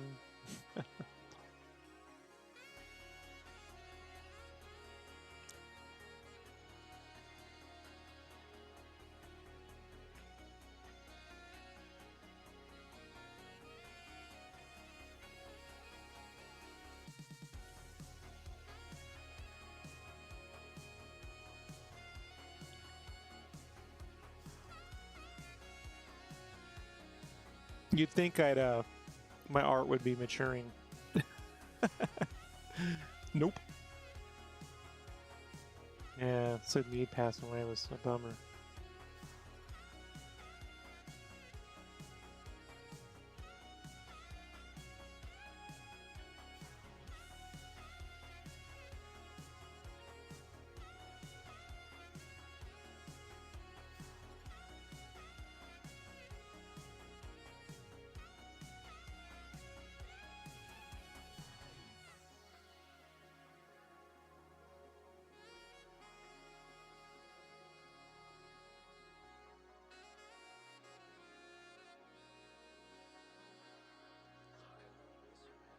I appreciate it, Dirk. I'll be here.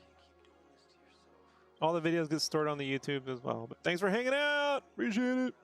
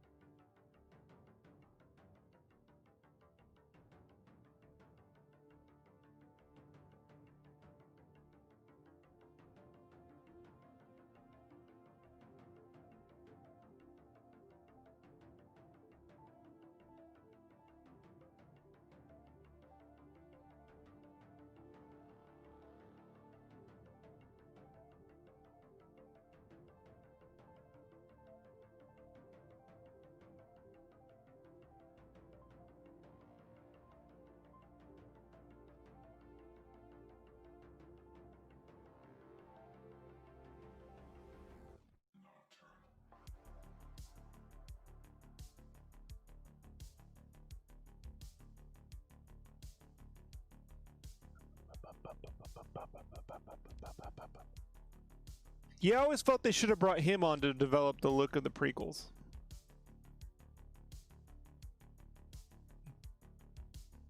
mixing some of that Sid Mead with the Macquarie stuff.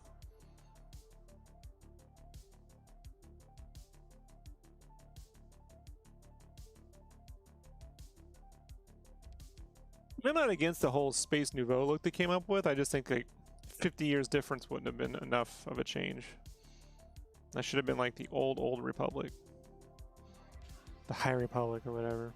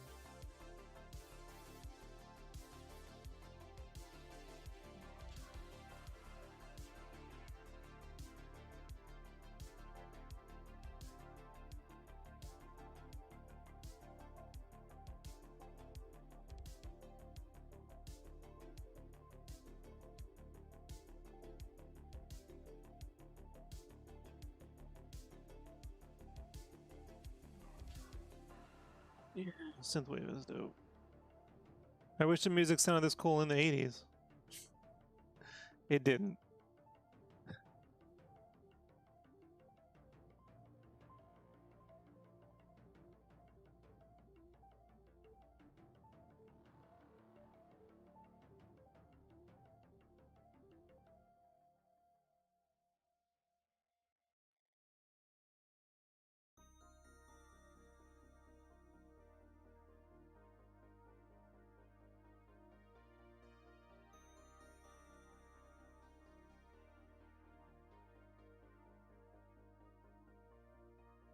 I fell in love with the feeling, didn't fall in love with you.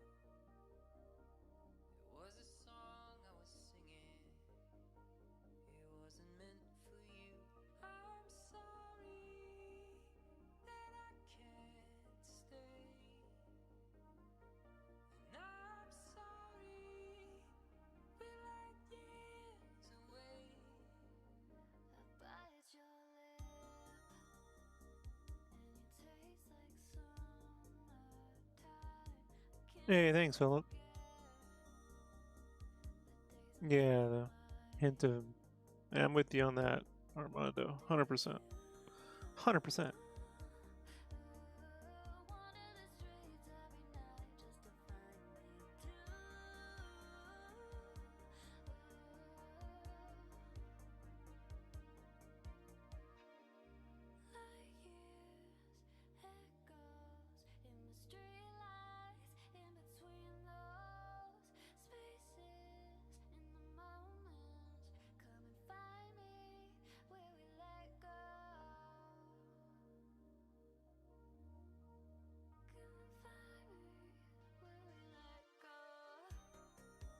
fell in love with the feeling and your funny faces. You were beautiful and broken in all the right places. I'm sorry. I gotta pop this whole thing here, and then we'll get that gun. I'm sorry we're like years away. Millions behind, or light years ahead. Our time is now, our time was then. And I hear your voice inside of my head, but it's just your silhouette. Do you wonder what happens to all of the love we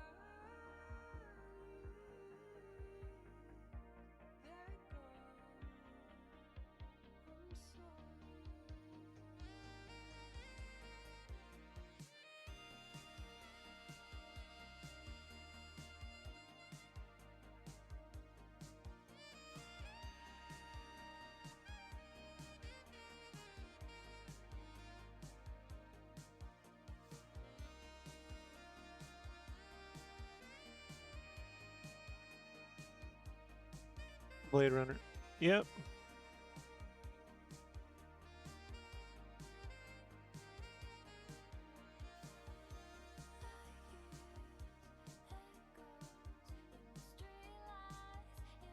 Yeah, I would have had Sid do 24, you know, tonal, conceptual, full illustration pieces for the prequels for per movie, right? The same way McQuarrie did, and then hand those over to like Doug Chain and those guys to work from, you know? Like that's if I could fan figure the production for that film, right?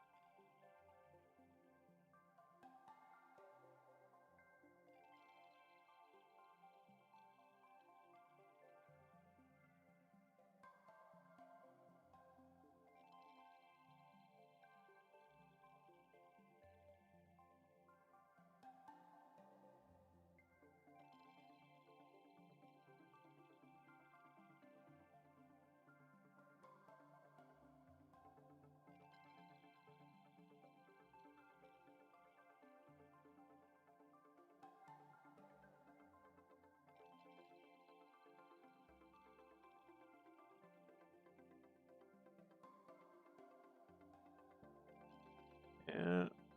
Really never had a problem with spending the money.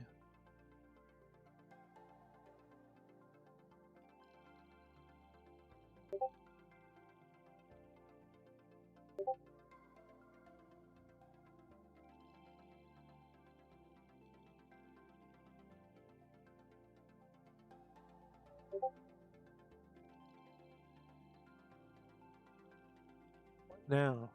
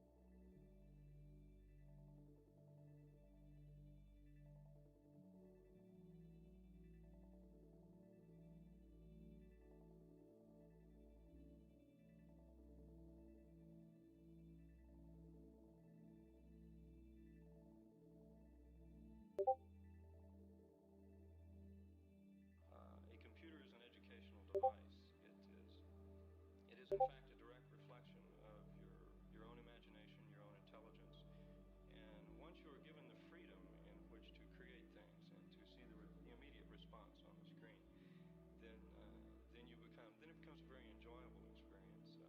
You go on to involve yourself in many other things. It seems to be a very fantastic and hypnotic field. Once you start, you just can't stop. It's something you can't explain.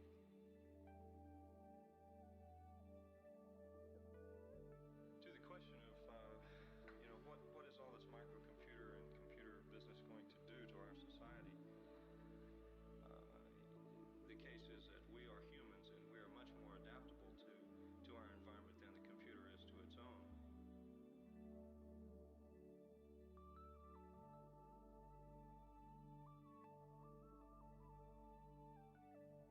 If you look at society as simply the collective contribution of millions of human beings who carry in themselves certain power and influence and emotion, and every time you turn the switch off of one of those persons, you've dampened the glow.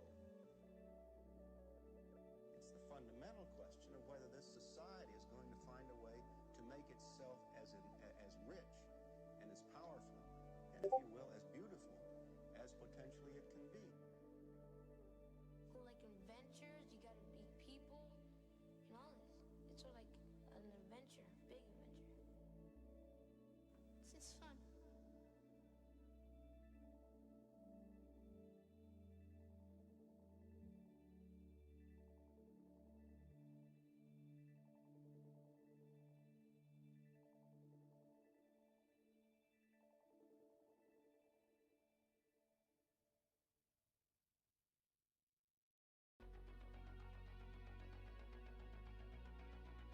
Speaking of marketing, one of today's greatest marketing triumphs in the entertainment field is video games. It's a business which has tripled in size in just 3 years. Ron Hendren went out in the field to bring us this special report.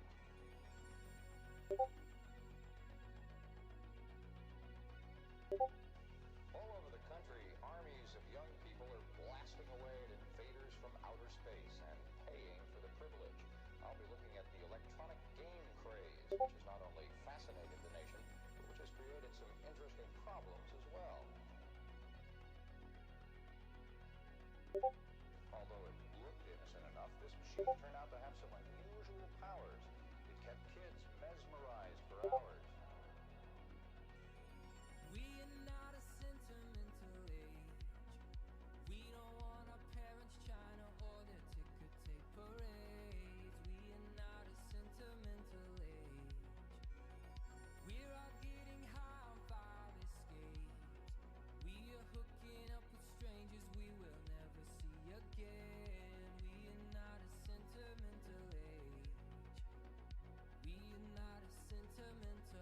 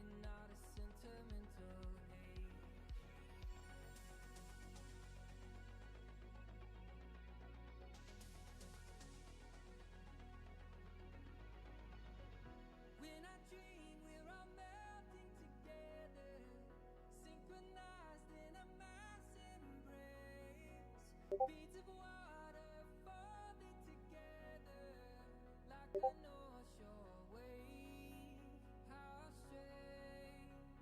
We're parts of each other, how strange. I'll never even know your name.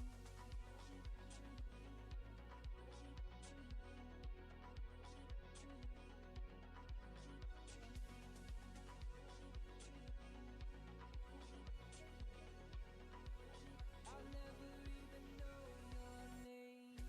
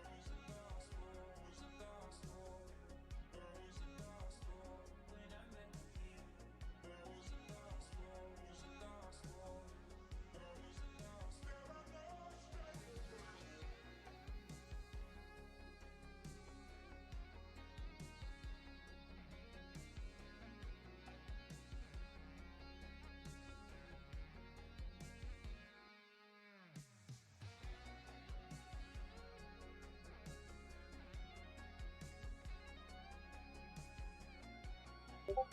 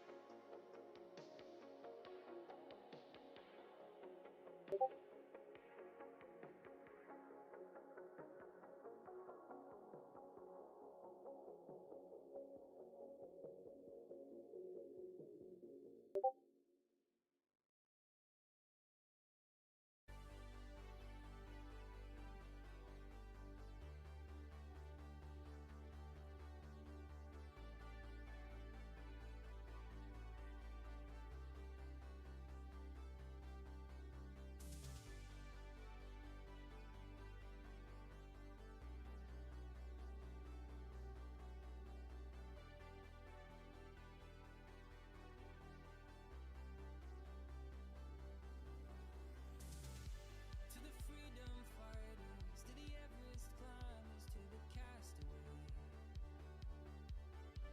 to the midnight riders, to the spark igniters, I am on my way.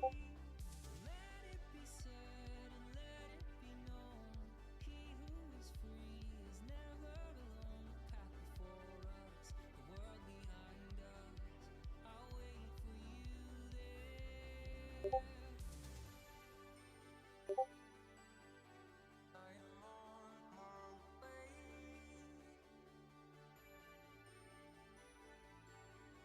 I am on my way.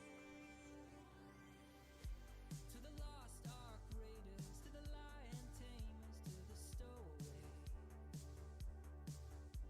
to the white tide chaser, to the black flag raiser, I'm on my way. Let it be said and let it be known, he who is free is never alone. The path before us, the world behind us, I'll wait for you there. I am on my way. I am on my way.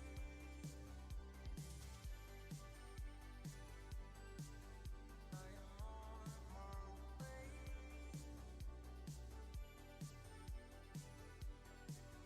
I am on my way. There's a song that sailors know, lost, alone, and far from home. With golden galleons, golden guns to find their place under the sun. There's a song on the Sahara wind that lifts you to your feet again. The dance is on the clockwork stars that pulses through a beating heart.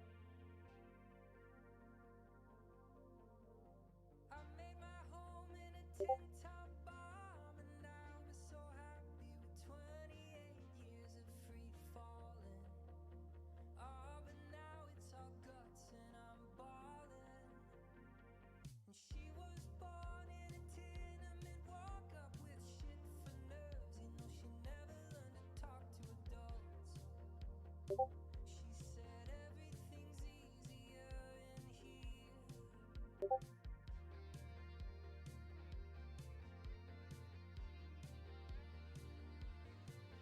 Like the dancer with bruises who gathers the cash when the music is through. No, she don't look back. I've come to look for America too.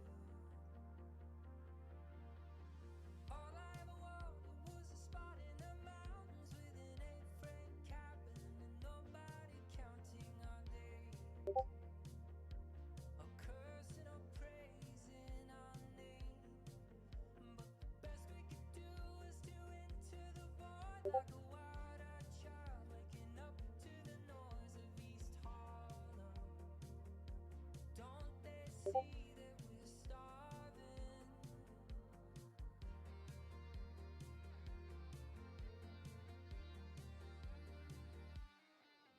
Like the dancer with bruises who gathers the cash when the music is through. No, she don't look back. I've come to look for America too.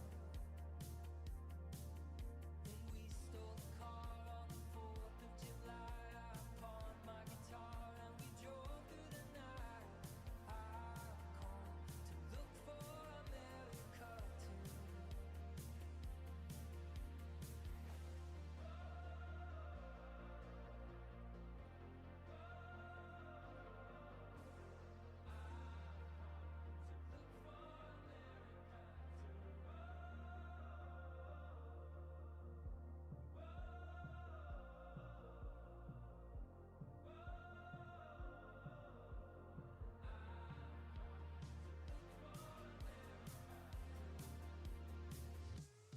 Hey, later, Amanda.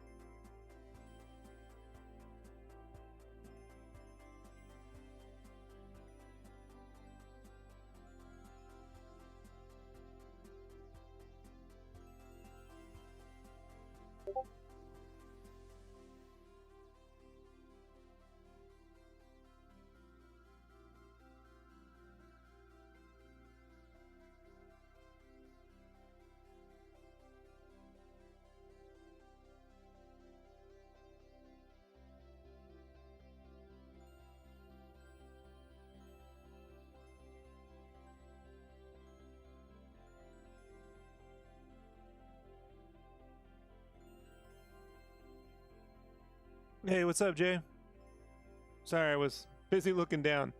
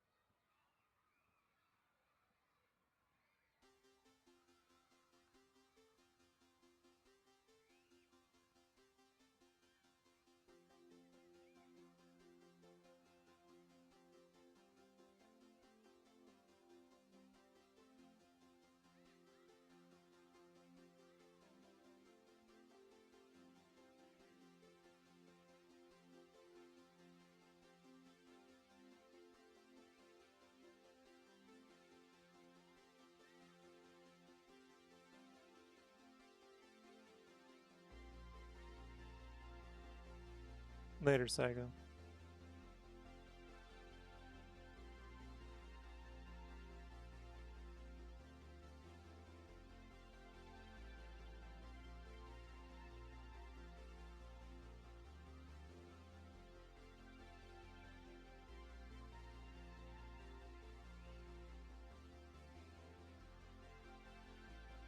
Kids are sad, the sky is blue, there are monsters in a spare bedroom.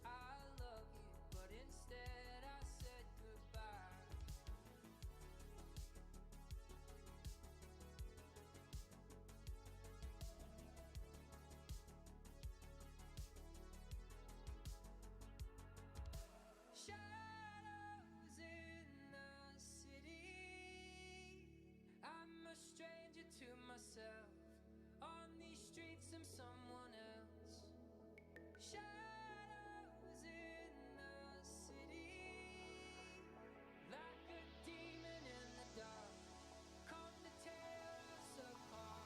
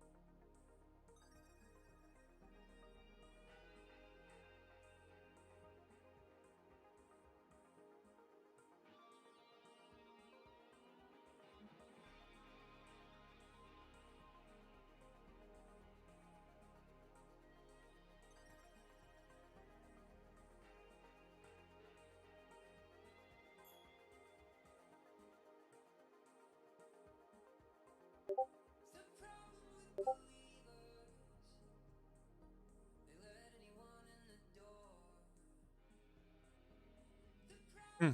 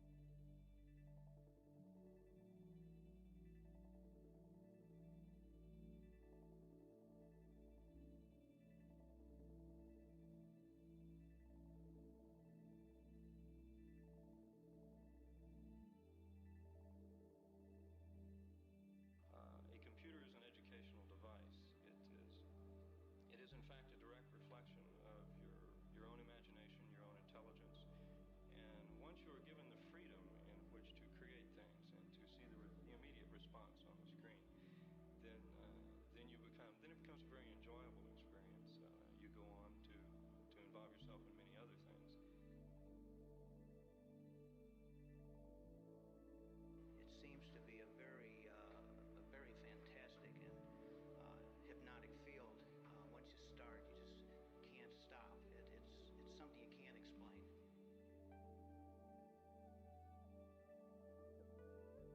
To the question of what is all this microcomputer and computer business going to do to our society? The case is that we are humans and we are much more adaptable to our environment than the computer is to its own.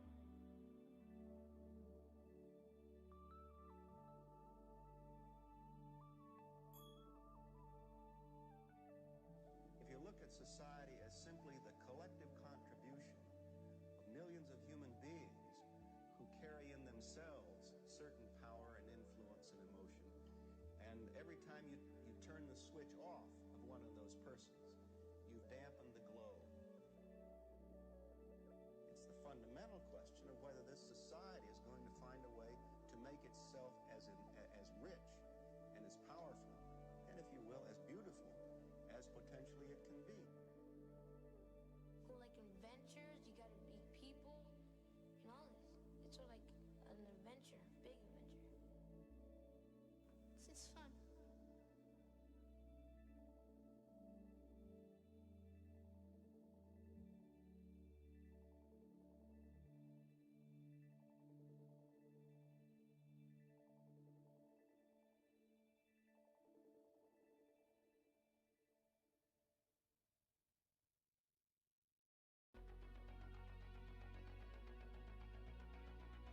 Speaking of marketing, one of today's greatest marketing triumphs in the entertainment field is video games.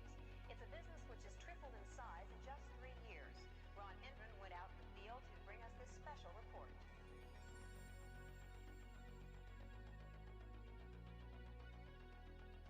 All over the country, armies of young people are blasting away at invaders from outer space and paying for the privilege. I'll be looking at the electronic game craze, which has not only fascinated the nation, but which has created some interesting problems as well. Although it looked innocent enough, this machine turned out to have some unusual powers. It kept kids mesmerized for hours. We are not a sentimental age. We don't want our parents trying to order ticker tape parades. We are not a sentimental age. We're all getting high on fire escapes. We are hooking up with strangers we will never see again. We are not a sentimental age. We are not a sentimental age.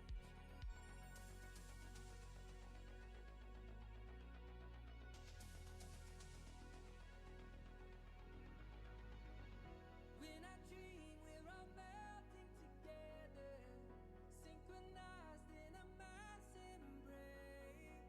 Beads of water folded together like a North Shore wave. How strange, we're parts of each other. How strange, I'll never even know your name.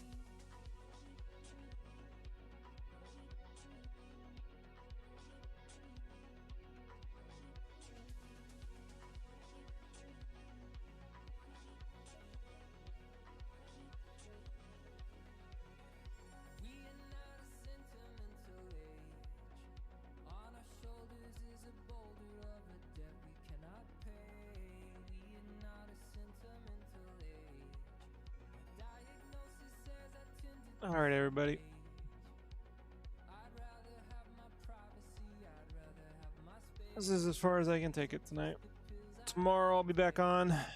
We'll get this gun done, this glove and gun here, and some tweaks. And I think the night after we'll be able to finish this leg, and that'll be that.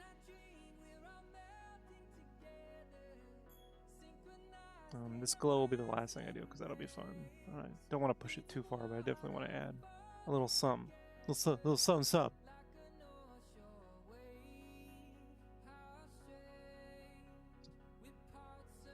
Thanks for hanging out, everybody.